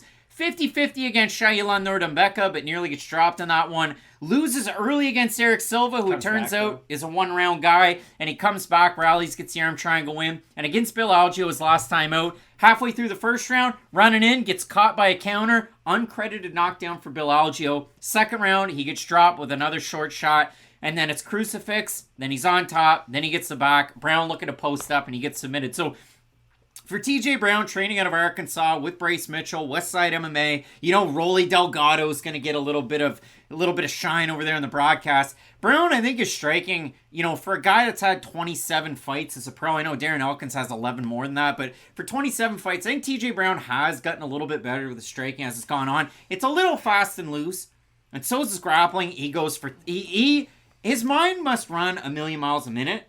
But when you look at a guy like TJ Brown, for me, unless he gets completely worn out 3/4 of the way through the second round and can't get it off the stool into the third round, I do think TJ Brown wins this fight against Darren Elkins. I have a really hard time with the matchup, and this is why. Darren Elkins, oddly enough, has decent switch kicks to the body, and I think the kicks might be important, because when he is able to start going downhill with his strikes, it's normally straight shot, kick to the body. And if he is able to land that kick to the body, it is going to slow down TJ Brown quite a bit. And the one thing about Elkins that, again, I brought it up earlier in the video, that has been able to stay at least pretty close to what it was when he was in his prime, is that gas tank. Like, he's not going to beat himself with his output, with his pace. And I think those things are going to be important because Brown might be the stronger fighter early, and he might just have so much success with that strength that it won't matter near the end. But if this fight does go end of round 2, round 3, I could easily see Darren Elkins putting up enough of a fight defensively just to where TJ Brown was forced to work. Yes, he might have been able to win those first 2 rounds, but if he works enough, he might be a depleted version of himself. And if that's the case, we've all seen Darren Elkins win a comeback. You guys know who Darren Elkins is. We know who Darren Elkins is. He is very capable of that style of fight.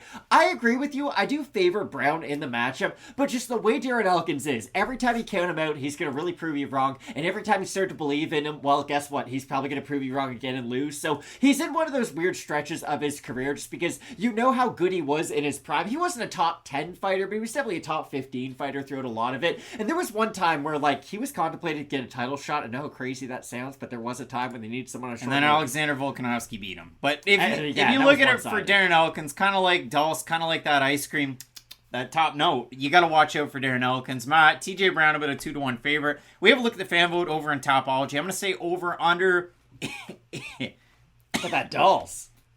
That Dulce hitting back, Matt. 82.5% TJ Brown. I think it's going to be under, but it'll definitely be the favorite.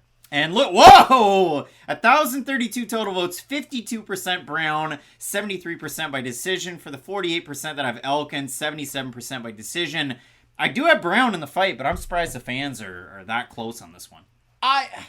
I'm surprised the fans are that close, but I'm surprised you set the vote so high. You know, like, I'm kind of in the middle that way, just because Darren Elkins, you still kind of see the guy that once was, right? Remember when he rear naked choked Michael Johnson? Like, that was a big fight at the time. Michael Johnson moving down to 145. This is a new improved menace.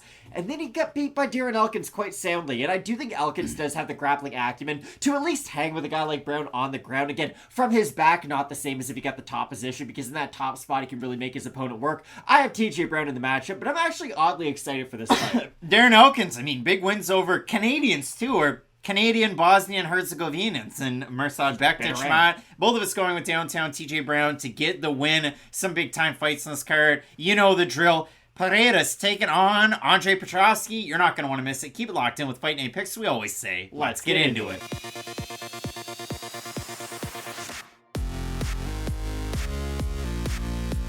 Big time potential fight of the night up at the top. At a combined record of 18-1, we have C-Rod, Christian Rodriguez, taking on MSP at a Team CIT. It's Cameron Saaiman. And Matt, I know the fans, the real ones out there, you guys are excited about this fight. I am. Cameron Saaiman, his last time out, was supposed to take on... Who was it? Oh, Christian Rodriguez! And the fight fell out. Rodriguez couldn't make the walk, so in on short notice, looking for a fight. Ultimate Fighter, Terrance Mitchell came in. And Terrance Mitchell came out, shot out of a cannon from Alaska. So you got to shoot that cannon pretty far from Alaska to Vegas. But he came out and he looked hot. He was going for the takedown. He's trying to throw the kitchen sink at Cameron Saaiman. You thought, hey, maybe this guy's got a big opportunity at cashing as a giant underdog. No way. Cameron Saaiman goes out there, gets the win. And did he have to foul his way to a win? Maybe he didn't have to. No. But that's been a big talking point for Cameron Saaiman. This guy, before he fought on Dana White's Contender Series last year, an EFC Bantamweight champ, the story around Saaiman was, well, you know the K1 lineage, you know the kickboxing background that he has, but the biggest hallmark to his game is his grappling. It is. And that's how he's able to get it done. And he did it over there in his native South Africa. He gets the win on Contender Series, rallies after kind of a tough first round against one half of the Flying Wang Kim brothers, Josh Wang Kim, who has all of a sudden lost a few straight, and now you wonder if the Wang Kims are what the Wang Kims were. But for Saaiman, gets the win there, and he rallies back, and he drops Josh Wang Kim. You see that big right hand that he's able to land. Really nice shot. Right hand, left hook, beats Wang Kim, goes in against a short notice opponent. He was originally supposed to take on Ronnie Lawrence. Lawrence falls out. He gets Obi-Wan Shinobi the pillow, Stephen Kozlow, a legal knee. All sorts of illegal shots. Lose a point in that one. Then his next time out, he goes on to take on Mana Martinez. It's a majority decision win. Loses a point in that one as well. His last time out, he beats Mitchell. For C-Rod, we've been singing his praises for a long time. He's a good fighter. A Rufus Sport guy. I'll throw up some of the pictures. Duke Rufus, coach. popping the top off, holding the mitts for his fighters. That's a look. He doesn't look as afraid as he did when CM Punk walked out for his first UFC fight. But for Rodriguez, you knew about Rodriguez because guys like Gerald Mearshart, Paul Felder, the Pettis brothers were always talking about him. He was a very young teenager when he got into the game of MMA. And what I found interesting was once Christian Rodriguez made it into the UFC, he went down to Fight Ready in Arizona to get ready. And he ends up losing to Jonathan Pierce, a guy who trains at Fight Ready. So he loses that matchup. He was decent in some of the scrambles, but again, when you're taking on a guy like Pierce, who's a lot bigger, up a weight class... It could be like a Nasrat hack press, Marcin held type situation. It was. It was just too much too soon in that one. Since then, Rodriguez, out of the takedowns of a guy in Joshua Weems, he gets a submission win there and a performance of the night bonus. And Rodriguez's last time out, he takes on a teenager, Raul Rosas Jr., and he beats him by decision. He just kind of wears through in the first round and wears him out in the second and the third round. Christian Rodriguez's biggest talking point in this fight, not just is this a giant prospect versus prospect fight, it is. I don't have to ask a question. Christian Rodriguez is like Melissa Dixon, is like Irina Alekseeva, who are all on this card. Make the weight. Like, Rodriguez had fights at 155. At 150, at 145, at 140. He's missed weight quite a few times. He missed weight on Contender Series, and even though he got the win, Dana White was like, listen, there's going to be more opportunities. You got to make the weight more often. And that was the same episode that Jake Hadley missed weight, and they still signed him from Contender Series. So for Rodriguez, he missed weight his last time out, 137.5, and we're making all these comparisons, and we haven't been doing baseball or basketball. Oh, don't worry, just pass it very on. often. And I'm actually not in this one. To. Christian Rodriguez is in a bad category though, to where you're the Kelvin Gastelum of the division. It's shit or get off the pot. Is it 135 or is it 145? Because he's not a giant guy at bantamweight here. This is what concerns me about Cameron Saaiman, though. And we have brought up a lot of the positives because, hey, he's only 22 years old. He has a lot of positives to his game. But and I don't know if this is a thing in hockey, but it's a big thing in basketball. Where think of a guy like Trae Young, LaMelo Ball, or even like a Jalen Green who plays for Houston. The way you look at basketball is everybody scores 100 points, right? Like, you're just going to get to that number by the end of it. Everybody's pretty good. But in pursuit of those 100 points, you can have players who put up numbers but have a lot of mistakes associated with those numbers. And for Saaiman, yes, the grappling is good. Yes, the striking can be good. But we've seen him get clipped on his entries. We've seen him get hit by big shots just in general, really. And I do worry that until he is almost kind of forced to almost get a loss to be forced to go back and look at the drawing board to make some of those adjustments, will he continue to get away with some of those mistakes? Because I do think offensively, there is a package that you can continue to build on, and maybe he will go from being an empty stats guy to like a Devin Booker, right? Like Devin Booker was a good player on a bad team, and now he's a great player on a good team. If Saaiman is able to continue to fight in this way and maybe shore up some of those defensive holes, I do think he has a reasonably high ceiling for only being one of these guys who came into the UFC being, 20 years old. Because how many people in his position have we seen? We just talked about Raul Rosas Jr., who lost to Rodriguez. Chase Hooper's another guy. Sage Northcutt, of course, is probably the poster boy for this category of you kind of get started a little bit too soon and you don't get any underhand tosses now. I don't like it just because I've seen Saaiman get through those bad spots and continue to win. If the chin's good now and you keep on getting hit by those shots, eventually you're going to get hit by one of those shots and not get up from it. Because we've seen a lot of guys not get knocked out until they do. Think about Drew Dober, who just rebounded this past weekend.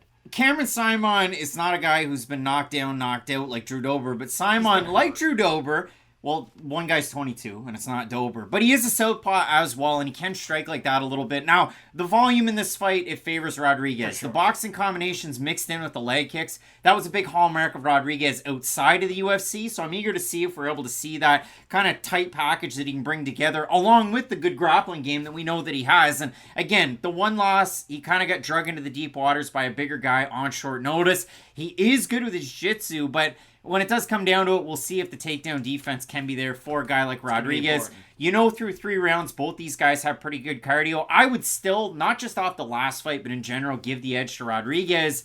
But again, the weigh-ins, it's a big thing, even for both of these guys, but more so for the guy who's missed weight on multiple occasions. Being Christian Rodriguez, a little bit of high school wrestling in his back pocket and a snappy jab. When you look at the matchup, C-Rod is the slight favorite here. MSP hasn't faced a loss yet. Again, stance versus stance. We'll see how that plays out because C-Rod, the longer fighter in terms of reach by the numbers. We have a look at the Tapology votes. Matt, I'll let you set it because I don't really know where it's going to be. I think it's going to be close, though. I'll put it 60% Rodriguez. I'm going to say under, And way under. whoa, The other way. 1,093 total votes, 80% with the underdog Cameron Saaiman, 60% by decision for the 20% that of Rodriguez, 76% by decision. So the fans see this going to a decision. The fans have the underdog, and that's why I like to do this. Some people slag this part of the segment, but I like it for this reason.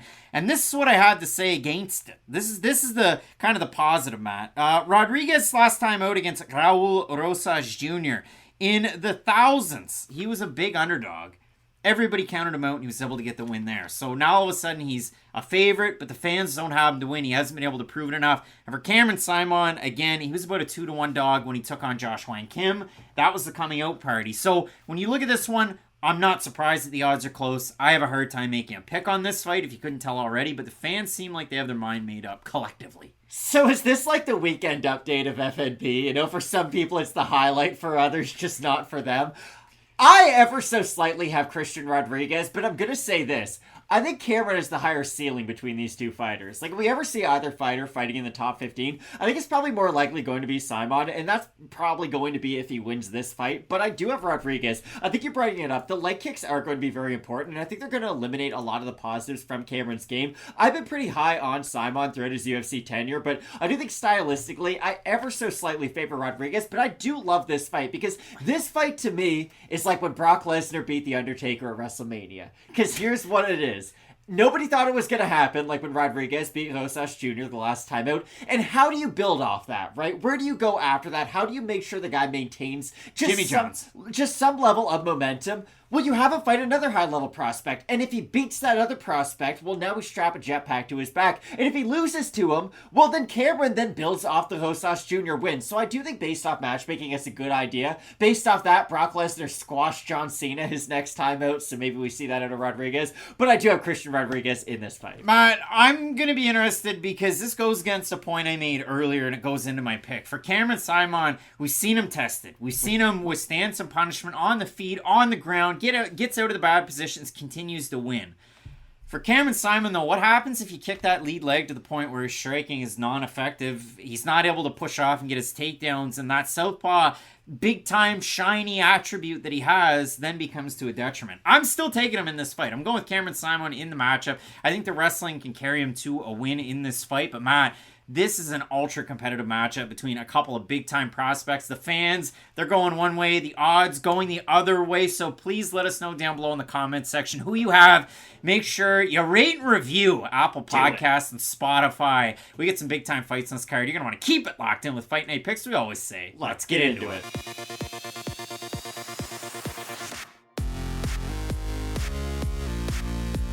Big time rematch at flyweight a couple of weeks ago. It was the top heard around the world, or was it, Matt? 3 minutes and 47 seconds of the first round of their first fight.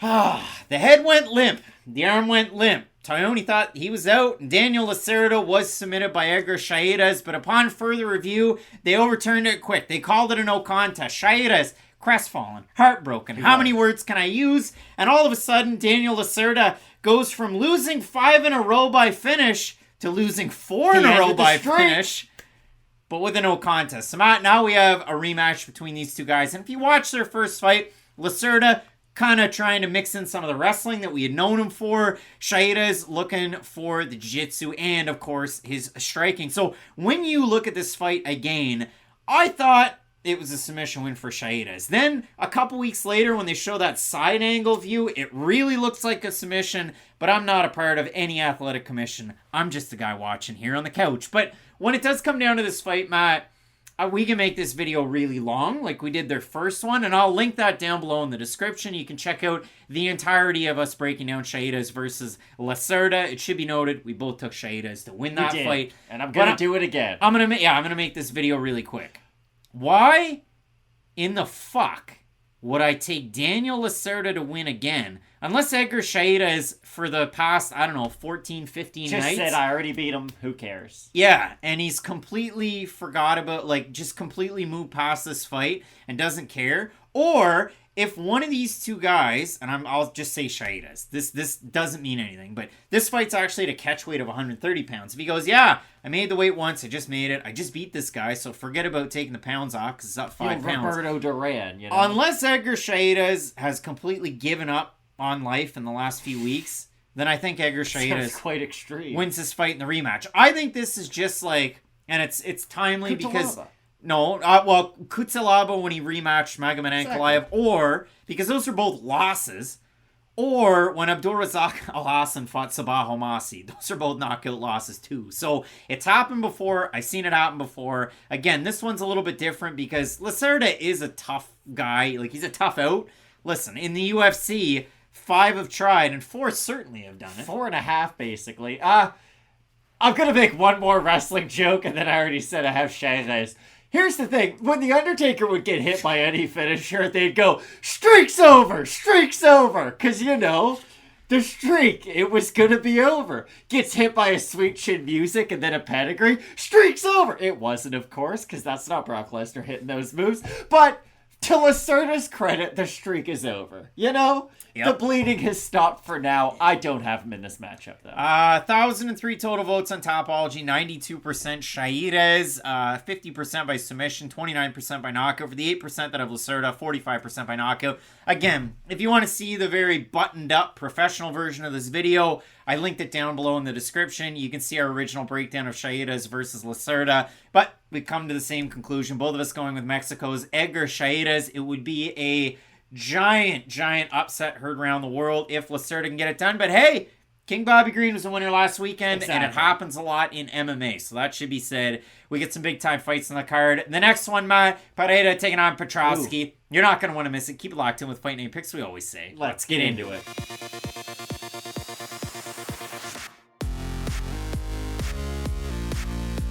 Big time middleweight pairing on short notice. October 6th, it was announced that Andre Petroski, by himself, he confirmed that he would be replacing Marc-Andre Barrios, like Jonathan Isaac, the Canadian, to take on the Brazilian star Michel Pereira. So a lot of storylines coming into this fight. You know Andre Petroski for his up again, down again collegiate wrestling career that started off at the UNC, but then it went downward. Andre Petroski is a guy that has beaten his demons. He's conquered substance abuse. He's one of those guys that's a really fun interview to listen to for sure. And now he gets a shot on short notice to take on a big name, moving up from welterweight in Michel Pereira. And for Pereira, in the UFC, his lone loss to a name, a Tristan Connolly, another Canadian. So Barrio maybe would have awoken the demons in him, but Pereira missed weight in that fight. 172 for that one. Came hot out of the gates. And you could tell how drained he was. Came hot out of the gates, but second round, third round really did struggle. And Pereira, the reason why I have it on the graphic, 174. Well, did he actually weigh 174 in his last fight, in a fight of the night against Santiago Ponzinibbio? No. But he weighed 174 against Stephen Wonderboy Thompson earlier on this summer, back in July. So Pereira looking to move up to 185. And he's no stranger to middleweight. But Pereira's last fight, you want to talk about settling demons and the scores that they bring. His last time at 185 was for the Serbian Battle Challenge strap against Dusko Todorovic. He got lit up. And in that fight, they're going tit for tat in the striking. Michel gets hit by a right hand, and then he starts going en recul, because I couldn't think of the English word. And all of a sudden, he's got his hands up. And what brings his hands up on the retreat? You got it, thank you. A jab from Todorovic really kind of just sets the cobwebs in motion. Todorovic gets up close. He's hitting him. Pereira drops like a sack of potatoes. Todorovic is the champ over there. Michel's a really big fighter for 170, but at 185, I'm curious to see how the skill set does transfer, because he's someone who relies heavily on the athleticism at 170 and the power that comes along with that athleticism. And if he is fighting guys bigger than him, and guess what? Petroski's like a pretty jack guy for this division. He might not be as tall as some of the fighters in this middleweight division get, but he would have to cut off a leg to make 170. He is a very thick man for this division. So I'm really curious to see how the power of Michel does transfer up at 185. 185, because we have seen him in fights throw a lot of big power shots, have success early, not be able to get the finish on his opponent, or at least damage them enough to where they're a lesser version of themselves later on, and then he starts to just wing wild power shots, kind of hoping for the best down the home stretch. And if Petroski is able to absorb some of those power shots, respond with some takedowns, because of course that's going to be part of his game plan, I'll be really interested to see how Pereira's gas tank does hold up in that third round, because I do think he's going to be active for a lot of this fight, and I think that's what his gas tank does rely on. I don't think he has awful cardio per se, but if he's defending takedowns, trying to respond with power shots, doing a lot of those big actions that he is well known for, because what if he tries to defend takedowns with flying knees? I think it's a possibility. It's a strike that could be open there for him, and yes, it would be great if he lands it, but it's also something that's going to tax his gas tank to no end, which is going to be one of those double-edged sword type scenarios. Both of these guys have that in common. They do, for sure. Andre Petroski, you look at the one pro loss, it's to Aaron Jeffrey. He goes out there as a really good first round, and then he becomes the nail to the hammer in the second round. And if you look at it for Petroski over on The Ultimate Fighter, he takes on Brian Battle, looks really good at the start in the first round, and then he ends up losing. An editor's note, if you will, Michel Pereira, Serbian Battle Championship, not challenge. I misspoke and said challenge, but that was Pereira's last time at 185. For Andre Petroski, I mean, he's fought most recently. He fought, just over a month ago against Gerald Meerschaert, wins a split decision. For Michel Pereira, his last fight about a year and a half ago was a fight of the night against Santiago Ponzinibbio. For Petroski, his fight against Gerald Meerschaert, Matt, first round, second round, Petroski. He was a minus 240 favorite going into that one. Second round knockdown. He checks the leg kick. He smiles and acknowledges it with a little bit of a nod. And then he goes out there and he throws a giant overhand left from the southpaw stance, and it drops GM3. But the big thing out of Petroski is GM3 is not a known boxer. He did hit Bruno Silva with that one shot that drops him. Darren wins, what? But GM3 is not a big striker. Andre Petroski ate a lot of strikes from GM3. That was a split decision win. Now, I thought, again, as I had in my notes, first round, second round, Petroski. I agree. Third round, GM3 looked pretty good, though. And for Petroski, he can wear himself out. Now, the Hu Yaozhang fight, yes, 3-2 Totoro. That was a win for Petroski where he looked good all the way into the third round, gets the finish. For Petroski's fight against Michael Gilmore, wins first round, loses the second round, wins the third round pretty handily. He was out there getting finishes at the start of this run. Gilmore, Yaozhang, he's a big underdog against Nick Maximov, who out of the takedown attempt gets a submission by Anaconda. Too. And his last two wins for Petroski, Wellington Turman, and Gerald Meerschaert. It's just, for Petroski, he's a really good fighter, taking this fight on short notice. Both guys, kind of tricky cardio for sure. Pereira, having just turned 30, a little over a week ago. He hasn't fought in a year and a half. We'll see how it plays out. And where I want to zig to the zag, in some fights, he's berserker. You remember him from Road FC and some other promotions where he's grabbing the cage, doing a moonsault, doing the crazy stuff. The flying knee against Hot Chocolate Danny Roberts in the debut. But in some of these fights, I think the Chaos Williams fight, I think the fight against Salim Imadaev, he's mixing in some of the grappling that he has. To be fair, him and Chaos Williams looked at each other for a solid 12 minutes of that fight. And he has been more reserved in some of these matchups. Now, I just think from my perspective, though, if he is going for a lot of those bigger power shots, and I do believe he's going to have to land quite a few of those to win this fight, I think that is going to be taxing on him. And if Petroski doesn't go down from one, which I have no reason to believe this is going to be the case, because Michel is a big puncher at 170. I just don't know if it's going to be there at 185. I'm really curious to see what his ceiling is at this division, because this is going to tell us, Andre Petroski is a good enough fighter to where if you're able to move up in weight, beat him in a really good fight, then okay, you could probably go on and beat some pretty talented fighters at 185. But for Michel, I don't know if this is kind of... Remember when Kelvin Gastelum fought Nate Marquardt? It was the first time the UFC said, hey, you missed weight, you're kind of making us look bad right now, you gotta move up in weight and we're gonna make you do it. Now, to Kelvin Gastelum's credit, he beat the brakes off Nate Marquardt, and that was a really sad fight to watch. So it is one of those things where maybe Michel moves up, looks great, is the faster fighter, still has his power. But on the flip side, if he is getting held against the cage, if he is defending a lot of takedowns, we could see him start to gas early. But you do bring up a good point. Both these guys are in that category of, hey, if everything's going my way, I do have decent cardio, but once I start to face that resistance, that's when it starts to really go downhill. This is one that I wouldn't anchor a single thing to, and I call it pop and popcorn because it is so volatile. Pereira's last win at middleweight was just a couple of fights before he took on Ducote Todorovic. He took on a big-time fighter who just headlined a deep card, last month in one, Jun Yang, who at the time was 11-5, but since losing to Pereira, he's won 4 fights in a row. So if you do look at this one, it is on incredibly short notice, about a week's notice for Andre Petroski. Pereira, slight favorite in the matchup. We'll have a look at those early Topology votes, Matt. Surprise us there to you. I'm going to say under 67.5% Pereira. I think they're going to be under.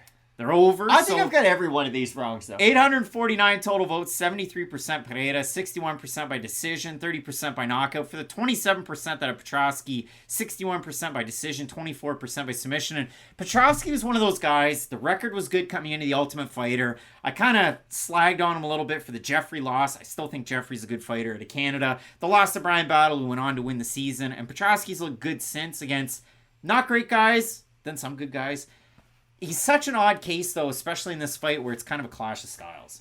I have Michel only because of the short nature of this fight, or short notice nature of this fight. I think on a full camp, I think Petroski's cardio would be able to hold up to, maybe not go for an insanely high volume of takedowns, but for enough to get his head out of trouble. You know what I mean? There's fighters who, they might not secure the takedown, but it gets them out of a bad position, gets them up against the cage, which is the position that judges are most likely going to give to you in a lot of those spots. And if they do secure that takedown, it's even better for them. I think on a full camp, Petroski would be able to have a game plan like that and be able to do it continuously for at least 2 rounds, but due to the short notice nature, I do have Michel. I think some of those shots are going to land through, but that last fight was pretty close against Santiago, and I know a lot of people, like, I have a couple of friends who thought Santiago won that one. I don't get too caught up in people who win or lose close fights, but it was a really close matchup. Yeah, I mean, Pereira is one of those guys, he goes for takedowns in his fight. He averages over 1.5 takedowns. And you don't like it when you see it. Per 15 minutes, his strike differential, 5.09 to 3.78 against. And it's a good strike defense, a good accuracy. All the numbers are good for Michel Pereira. And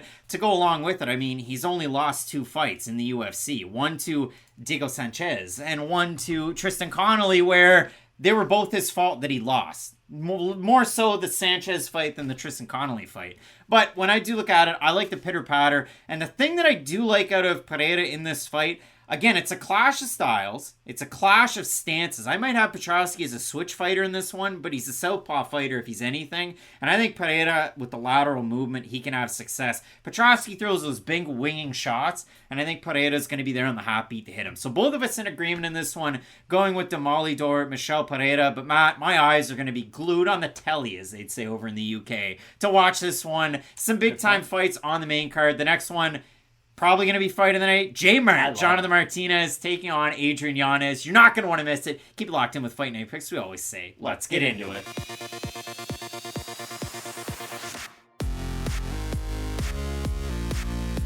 Big time possible fight of the night contender on the main card. 2 Texans looking to throw down. We have You Have to Call Me Dragon, Jonathan Martinez, taking on Adrian Yanez out of Metro Boomin' Metro Fight Club. I love this fight. I couldn't be more excited about it. Again, we slag the UFC when they have these Apex cards constantly. The small cage, less viewership, less in terms of crowd feel. If this was in front of a crowd in Texas, the top of the roof would blow off. Houston would go nuts for these 2 guys. And when you look at this one, Adrian Yanez looking to rebound. He was on a crazy wild win streak up until he fought Rob Font. A big favorite up against Font, Matt, and he wasn't able to get it done. That's a big step up, though. 165 was Yanez, and 5,733 Topology votes, 72% had Yanez to win. So now all of a sudden, is he fried liver, chopped liver, whatever you want to say? I don't think he is. He's taken on an ever-game Jonathan Martinez, who, though he did win his last fight against Said Nurmagomedov, a lot of people thought that Nurmagomedov had won that fight 2 rounds to 1. But Martinez on his climb, on his grind. If you look at both of these guys, couple of wins, couple of losses, but they've really taken on a high-level competition. Definitely. If you want to play tinfoil at MMA math, you could say, well, Matt, Davey Grant, he beat Jonathan Martinez. Davey Grant lost to Adrian Yanez. But when I look at this fight, Matt, I'm sure all the people out there, they already know this. You have a pure MMA boxer in Adrian Yanez. He's not a brawler. He's a technical boxer. He's going to mix that jab to the body, mix in the hook, come up top, and throw good combinations. And he's one of those guys that maybe in the first round he downloads the game plan, especially against the kicker, and then he figures it out and he dismantles you. Jonathan Martinez, tricky sidewinder, throws a lot of kicks. But when the fight's getting tight, just like his fight against Turbo Alejandro Perez, he gets dropped at the end of that first round, even though he won the round, which doesn't happen very often in MMA scoring. So when it does come down to this one, this is going to be the big talking point. Boxing out of Yanez, complete game from Jonathan Martinez, and usually the kicker can beat the boxer unless they get crowded out. I've made a couple of wrestling references, so let's make it 3. Do you remember Eric Bischoff? Oh, yeah. His walkout song, I'm back and better than ever. Jonathan Martinez was wrote off by a lot of people because he was similar to Adrian Yanez, a pretty hyped up prospect at one point. I understand for different reasons. Hold on. Nobody was pumping up Jonathan Martinez in Moncton, New Brunswick, Canada against Andre Sukumtoth. You know for a fact I was. How dare you? No! I have been on this Jonathan Martinez train, win, lose, You just or ruined the draw. audio for everyone. I did not. This is Yes, my you point did. for Jonathan Martinez, though. He was very hyped up with his fighting style, more so than what you could do on the mic. Yanez is much more personable. He does a lot of big interviews and whatnot, and people do like what he's able to say and do in the cage. But for Martinez, he was putting on pretty exciting performances, and he was going out there and getting stoppages too, at least to a certain degree. Jonathan Martinez's number one descriptor would be shy? That's what I mean. But his fights were good. That's my whole point. They were getting views different ways. But for Martinez, he was a hyped up prospect. And I understand that striking defense has always kind of been the big issue for him. He will stand a little long at range, but range is where he does have the majority of his success. He is phenomenal when he's able to implement the kicks in with his combinations. And I honestly think he's on a short list of some of the better kickboxers in this division when he is able to flow with his combinations just because of how strong those kicks are. But you bring it up. If Yanez can get on the inside, it's like when Shannon Briggs fought in K1, right? If I get close to them, they can't kick me. And if Yanez can get on the inside and negate a lot of the dynamic kicks and movement that Martinez brings into the cage, I think he could hit him with a lot of those shots. And the thing about Yanez is his hand speed is so phenomenal. I don't think he has like 10 out of 10 power, right? I don't think he has soft hands by any means, but the thing that catches his opponents off guard is how quick he's able to let the hands go from point A to point B. And once he is able to connect, he makes his opponents feel uncomfortable. And that's where Martinez, we can see, start to fall off. When he starts to get hit, when he starts to overthink on the back foot, that's when his fights can start to fall apart. And that's why I think this fight's so interesting, because Martinez, I think, can fight a very similar fight to a Randy Costa, right? Keep it at kicking range, use your volume and use your steadiness to really damage Yanez before he's able to download that game plan. But if Yanez is able to download that near the end of the first round, start of the second round, it might be a difficult stretch for Martinez. But the thing I will say about both guys is they both do have pretty good cardio, so I don't think this is a fight where, it gets to the third round, you automatically favor one over the other. And again, Martinez coming off a controversial win over Said Nurmagomedov. I know it reads as a unanimous decision, but a lot of folks, I thought the Nurmagomedov won it against Cub Swanson. Jonathan Martinez with the leg kicks, a big story there. Vince Morales decision win over Alejandro Perez, and then of course over Zviad Lajashvili, who you probably won't see in the UFC. He had a hard time with the commission and USADA. So when you look at it for Martinez, though, again, tricky sidewinder, throws a lot of kicks, mixes in the boxing combinations. My biggest comparison in MMA is up a weight class to the Canadian Charles Jourdain. Charles will switch stances more, but part and parcel of the game plans are the same, except when Charles gets hit, there's a plan B and a plan C, and he tends to bite down on the mouthpiece and just fights a little bit harder. Whereas Martinez, sometimes he can't get out of that first gear if you pour it on. And for Yanez, even though he lost his last fight against Rob Font, you think of the head kick against Victor Rodriguez, you think of the forward motion against some of these guys, Davey Grant as well. Yanez, first half of that first round, double jab, right hand, double jab, and then all of a sudden Rob Font's eye is starting to swell up. Rob Font lands, he rocks him with a flurry punctuated by a right hook, it drops Yanez, and that's the end of the fight. Now Yanez coming off that first UFC loss to a fizz of Dr. Pepper, and he's got to try and get a win in this one. Matt, the odds are at par in this matchup. Yanez just coming off that loss, looking to rebound, and his last loss, it was a really close fight against Miles Johns, and he was able to rebound really well. Some of the wins, Gustavo Lopez, Octagon champ Gustavo Lopez, Randy Costa, Davey Grant, Tony Kelly, and the aforementioned Tony Kelly wanted a rematch. Victor Rodriguez. Tony Kelly wants a lot of things he's not going to get. Matt, when you do look at this one, we have a look at the Tapology vote. Surprise us there to you. The fans love these two fighters, so I'm eager to hear from you guys in the comments on this too. I'm going to say over under 65% Yanez, even though it's at par. I'm going to say under, so it's probably over. It's the opposite. Oh boy. Wow. 11-11 Make-A-Wish. 1,111 total votes. 55% Martinez. 77% have him to win by decision. For the 45% that have Yanez, 70% by knockout. I think this goes to a decision. But I have a hard time trying to pick a winner. And I am going with Jonathan Martinez because I think the kicks... I can't believe we're doing another high five. No, I think the kicks are going to be able to do it. I think the knees of the middle are. That's what my big point was. I think he's going to be able to negate some of the forward pressure Yanez brings into the cage because Martinez will go for that tie clinch and throw his knees up the middle. And if he's able to do that, I bring up this example all the time. Cowboy Cerrone versus Eddie Alvarez. How he was able to negate some of that forward pressure with the boxing of Eddie Alvarez was throw check knees up the middle to meet him there. And it does at least keep him at bay for a little bit. Now, two ways that these guys can learn from one another. Jonathan Martinez has a loss in the UFC to Andre Ewell. Andre Ewell doesn't kick. Andre Ewell doesn't really do anything other than box with his length. And what did he do?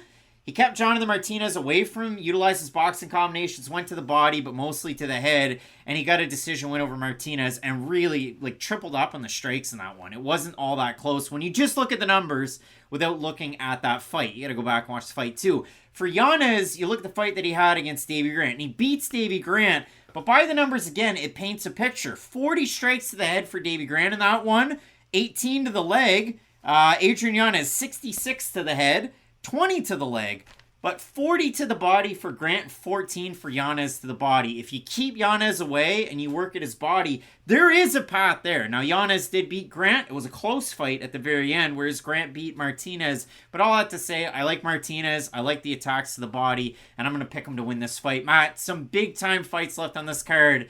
Main event, co-main event. You're not going to want to miss them. Keep locked in with Fight Night Picks. We always say, let's get into it.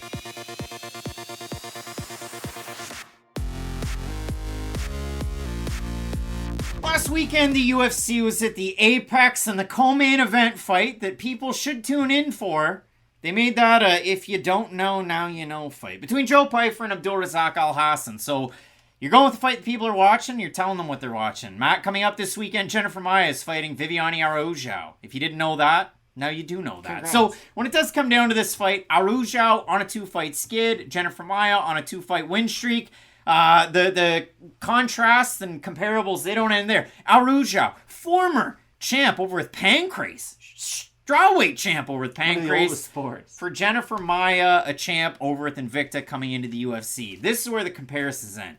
Viviane Araujo tends to lose second rounds in her fights. Even in the fight that she wins, like the Alexis Davis fight, I think to her Caitlin Chukagian fight, she'll lose a second round here and there. She has a good first round, and then the third round, you got to see if she can squeak it out. But for Araujo, losing these fights, she's a few weeks away from, now her 37th birthday. You just had Jennifer Maia turn 20 or 35 not that long ago. So both fighters, long in the tooth, both high on experience. One out of Serrato MMA, that is Viviane Araujo. You're going to find Vicente Luque, the Bonfim brothers, out of that gym. For Jennifer Maia, with the Monstro, out of Shoot the Box Monstro. But when I look at this fight, Matt, for Jennifer Maia, I go back to her second to last fight against Marina Moroz. What was the talk? Moroz with the volume. Moroz with the grappling. Moroz is going to win that fight.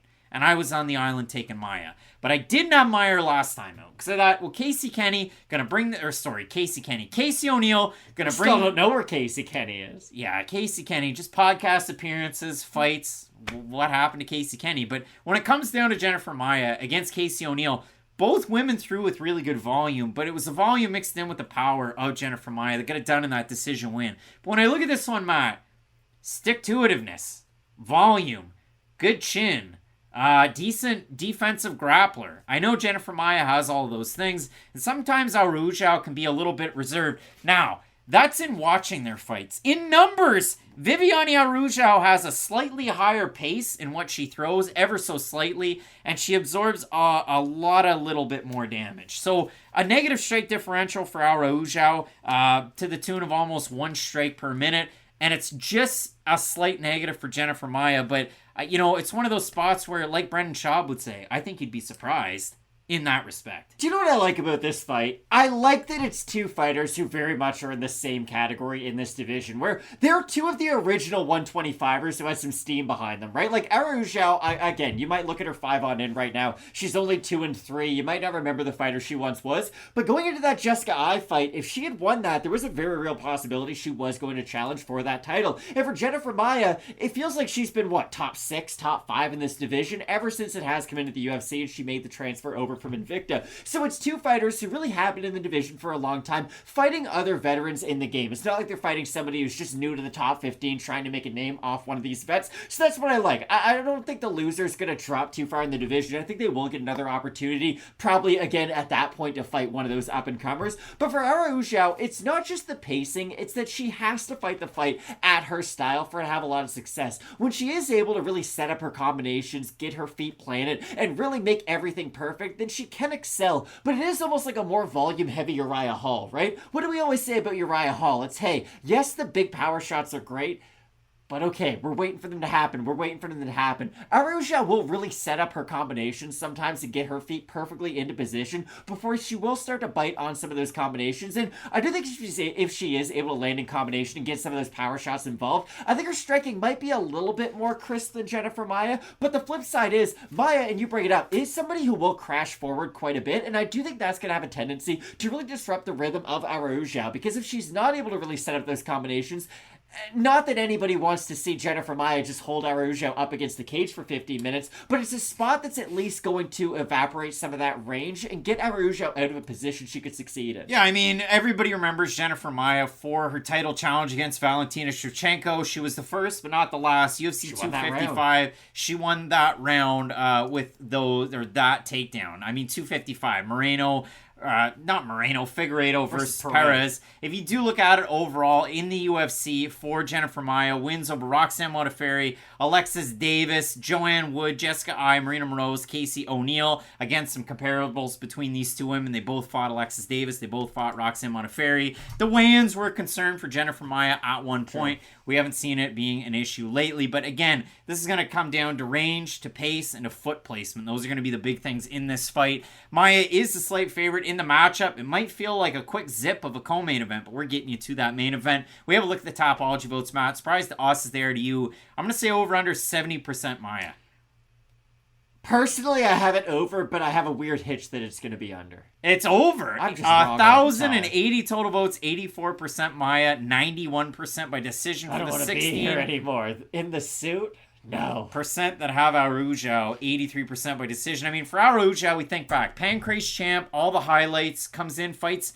Listen, Talita Bernardo is a champ. That was a big overhand. She's a champ outside of the UFC right now. But yeah, Araujo knocked her out in her first UFC fight. If she can get a good kind of work rate in the first round, maybe have a good second round, but stylistically or typically not so much, and then has a good third round. Maybe Araujo can get the win, but I just like the steadiness out of Jennifer Maia. I also have Jennifer Maia, but I brought up that point at the start of the video on purpose. Like, it's weird, right, to be both these fighters in the division right now. You have a new champion who, oddly enough, had a draw with another one of the old guard, but I doubt they're going to run that back for a third time. Grasso, I think, is getting surgery right now anyway, so she's going to be off for a little bit. So both these fighters being the veterans of the division with a lot of these newer fighters making their rise, it's going to be weird to see who they match them up with next. Like, I don't think Maia gets the title shot. Tyler Santos on the shelf, for the and winner. It's not going to be Fyodor, it's not going to be Blanchfield, it's not going to be one of those top fighters, it's not going to be Caitlin Chukagian again. So Tyler Santos probably next for the winner, but both of us in this one going with a Brazilian.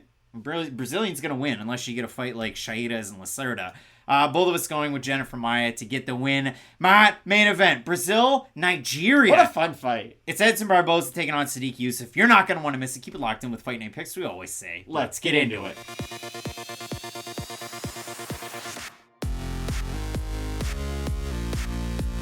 Featherweights on the marquee coming up this weekend. The main event of UFC Vegas 81. You've got Super Sodiq Yusuff taking on Edson Barboza, a guy who's in the top 10 all time for knockdowns in UFC histories, for bonuses. He's up there in a lot of those respects. He got very, very close to that lightweight title picture, but he wasn't able to get it done. And seemingly bridesmaid, but never the bride, Edson Barboza looking to turn away yet again another prospect. As always, one half of your host and duo, Craig Allen, Twitter and Instagram at Craig Allen FNP. With me to my left, to your right, respective socials at Matt Allen FNP. I even changed the graphic. I get X up there, so you can find us there. But Matt, when we look at this fight, I know a lot of people are excited about it because for Sodiq Yusuff, he's been away for a very long time, and I'll throw it up there. MMA Fighting, they did an interview with him at the start of the year, and he was talking about his unprofessional fight breakdowns on Twitter because he's had to find something to kind of pass the time as he twiddles his thumbs.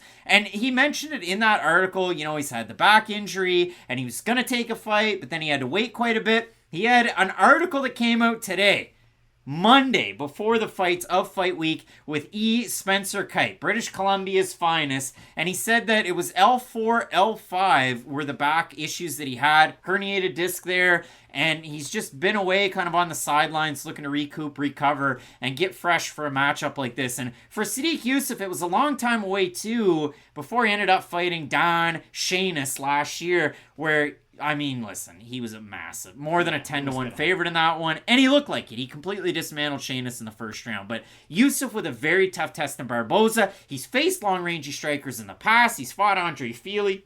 He's had some really big fights, too.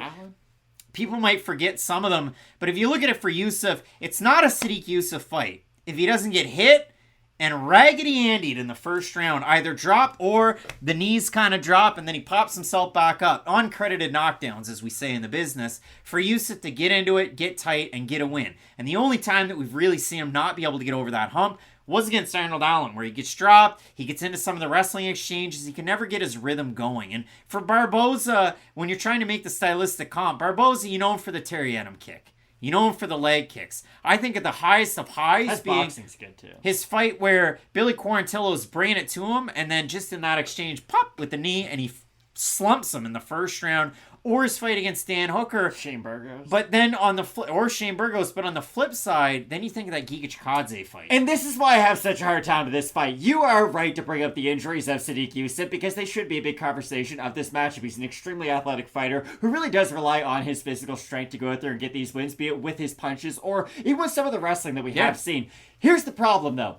Edson Barboza, and I don't feel good saying this at all, how much does he have left as a fighter? Like, the guy has been in nothing but crazy fights his whole entire life, and I just don't know if the damage has taken its toll on him. I remember bringing this up a lot going into the Bryce Mitchell fight, and even after it, was, hey, he got dropped by a jab. He had been dropped by jabs before that. I remember Cowboy Cerrone dropped him with a jab before he was able to get him with a rear naked choke, but that was 10 years ago. Now when he starts to eat damage, and I bring up the Shane Burgos fight almost as a counter to my own point, because Shane Burgos was able to land some pretty good shots on him throughout that matchup, but ultimately we all remember the finish. Edson landed that big overhand and then the delayed reaction of Burgos. I just don't know if Edson can eat those big shots coming back his way. And I know every now and then he's able to eat them, but in large parts, he can't implement his boxing like he once was able to. And that was the most underrated part of his game. Even in the early goings of the Justin Gaethje fight, he was having some success with his own hands, countering Justin Gaethje, making his entries. But, of course, he was circling off the cage, gets hit by a big shot. And I think that's a position he might find himself in again against a guy like Sodiq Yusuff. Because you bring up the leg kicks of Edson Barboza. Sodiq Yusuff can check leg kicks. He's pretty darn good at it, actually. And I do think that is a big X factor anytime you talk about Edson Barboza fight. Because going into the Burgos matchup, what was the big conversation? Can the boxing of Burgos get to Barboza before the leg kicks of Barboza get to Burgos? Sodiq Yusuff, I think he's going to get hit by some leg kicks, don't get me wrong, but I do think he is more well-equipped defensively to deal with those leg kicks and at least elongate the matchup that way. And we haven't even gotten to the fact that this is a 5-round fight for Sodiq Yusuff. I'm really curious to see how much that's going to matter. It might not matter either way because both guys have insane power and could finish this fight at any point. But do you think either guy is going to get a big edge because of the 5-round atmosphere? Is that a big point for Yeah, Barboza. I mean, again, Barboza, he has 15 knockdowns. That's 4th all-time in UFC history. Guy's got power. He's fought in main events. I say bridesmaid, but never the bride. And when you look at this fight, yeah, I do think it gives an edge to Edson Barboza. You look at it for Sodiq Yusuff, he has a crazy fight against Beast Boy Mike Davis over on Contender Series. He gets a win there in 2018. Fights Saaiman Mokhtarian, those crazy Mokhtarian brothers, and knocks him out in the first round. He fights Saaiman Moraes, he drops him in that fight. Fights Gabriel Benitez, who hits him. They have a rock'em sock'em fight. And going back and watching that fight, I went, Gabriel Benitez dropped him, right? Uncredited knockdown, but there's a short left where he kind of drops, Raggedy Andy, pops right back up, they get back into it, and he ends up finishing with a counter right, Gabriel Benitez. He fights Andre Fili. Kind of a Raggedy Andy spot in the first round, springs back up, wins that first round on the judges' scorecards, wins the second round, but Fili rallies back in the third round. He fights Arnold Allen, if I'm not mistaken. He gets hurt in the first round of that fight as well. Chairez. But he rallied at the end of that one, and that is kind of the odd one. A lot of these fights, it is. He's going to start really strong, and then, Andre Fili had some success late. But in that Arnold Allen fight, it was kind of the complete opposite. Sodiq Yusuff struggled early, but as that fight continued, he was getting to Arnold Allen. And for Edson Barboza, again, he's closer to 38 than he is 37, but once you get up there in age, once you're dropping down the weight class, we saw it with Jose Aldo, still having really good competitive fights against top bantamweights, losing some of the fights, though, as well. So when I do look at this one, Matt, I have it for Sodiq Yusuff. I thought today is the day.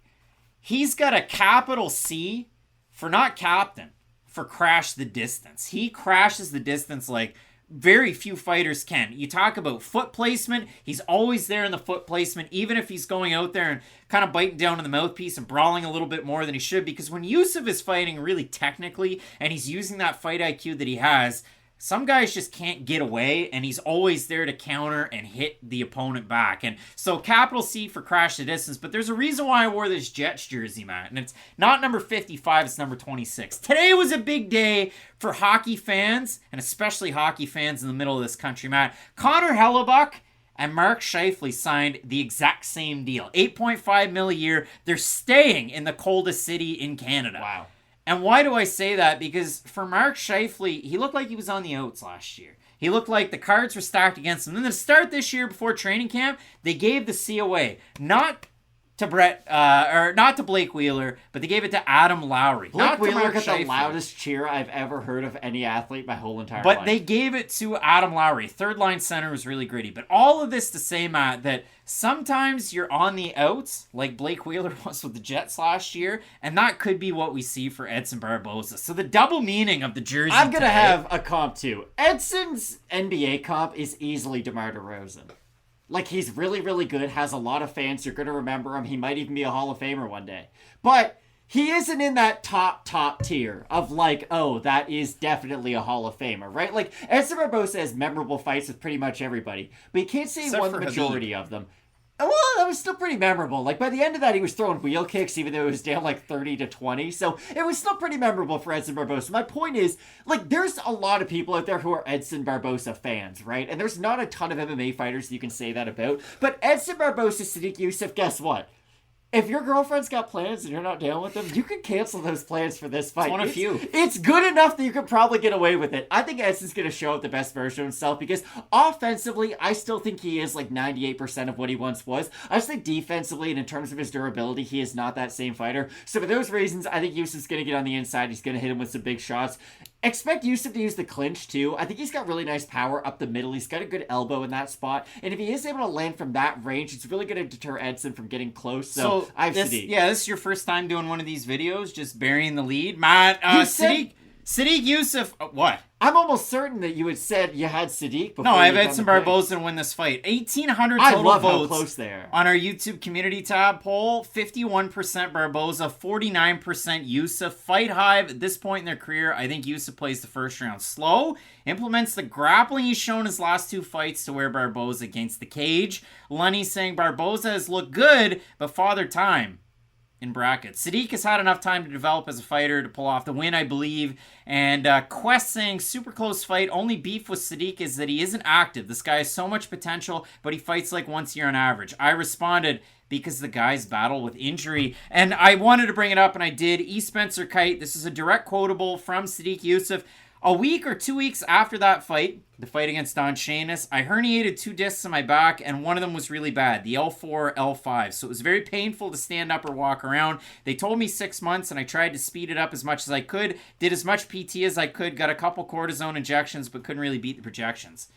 So he didn't get the surgery, and he had to take time away from training. And then he's trained, and I'll throw a picture up there. Sodiq Yusuff's been training in the DMV with everybody in around that Washington, Maryland area. And you can see that he brought in a guy that's close by, a guy who trains at Crazy 88 MMA. Matt, you know that guy. It's another Matthew. Semmelsberger, a big body, to try and work in some of those moves. I don't like the time away for Sodiq Yusuff. I don't like the striking defense from Sodiq Yusuff. And I think the boxing and the kicking game of Barboza could take over.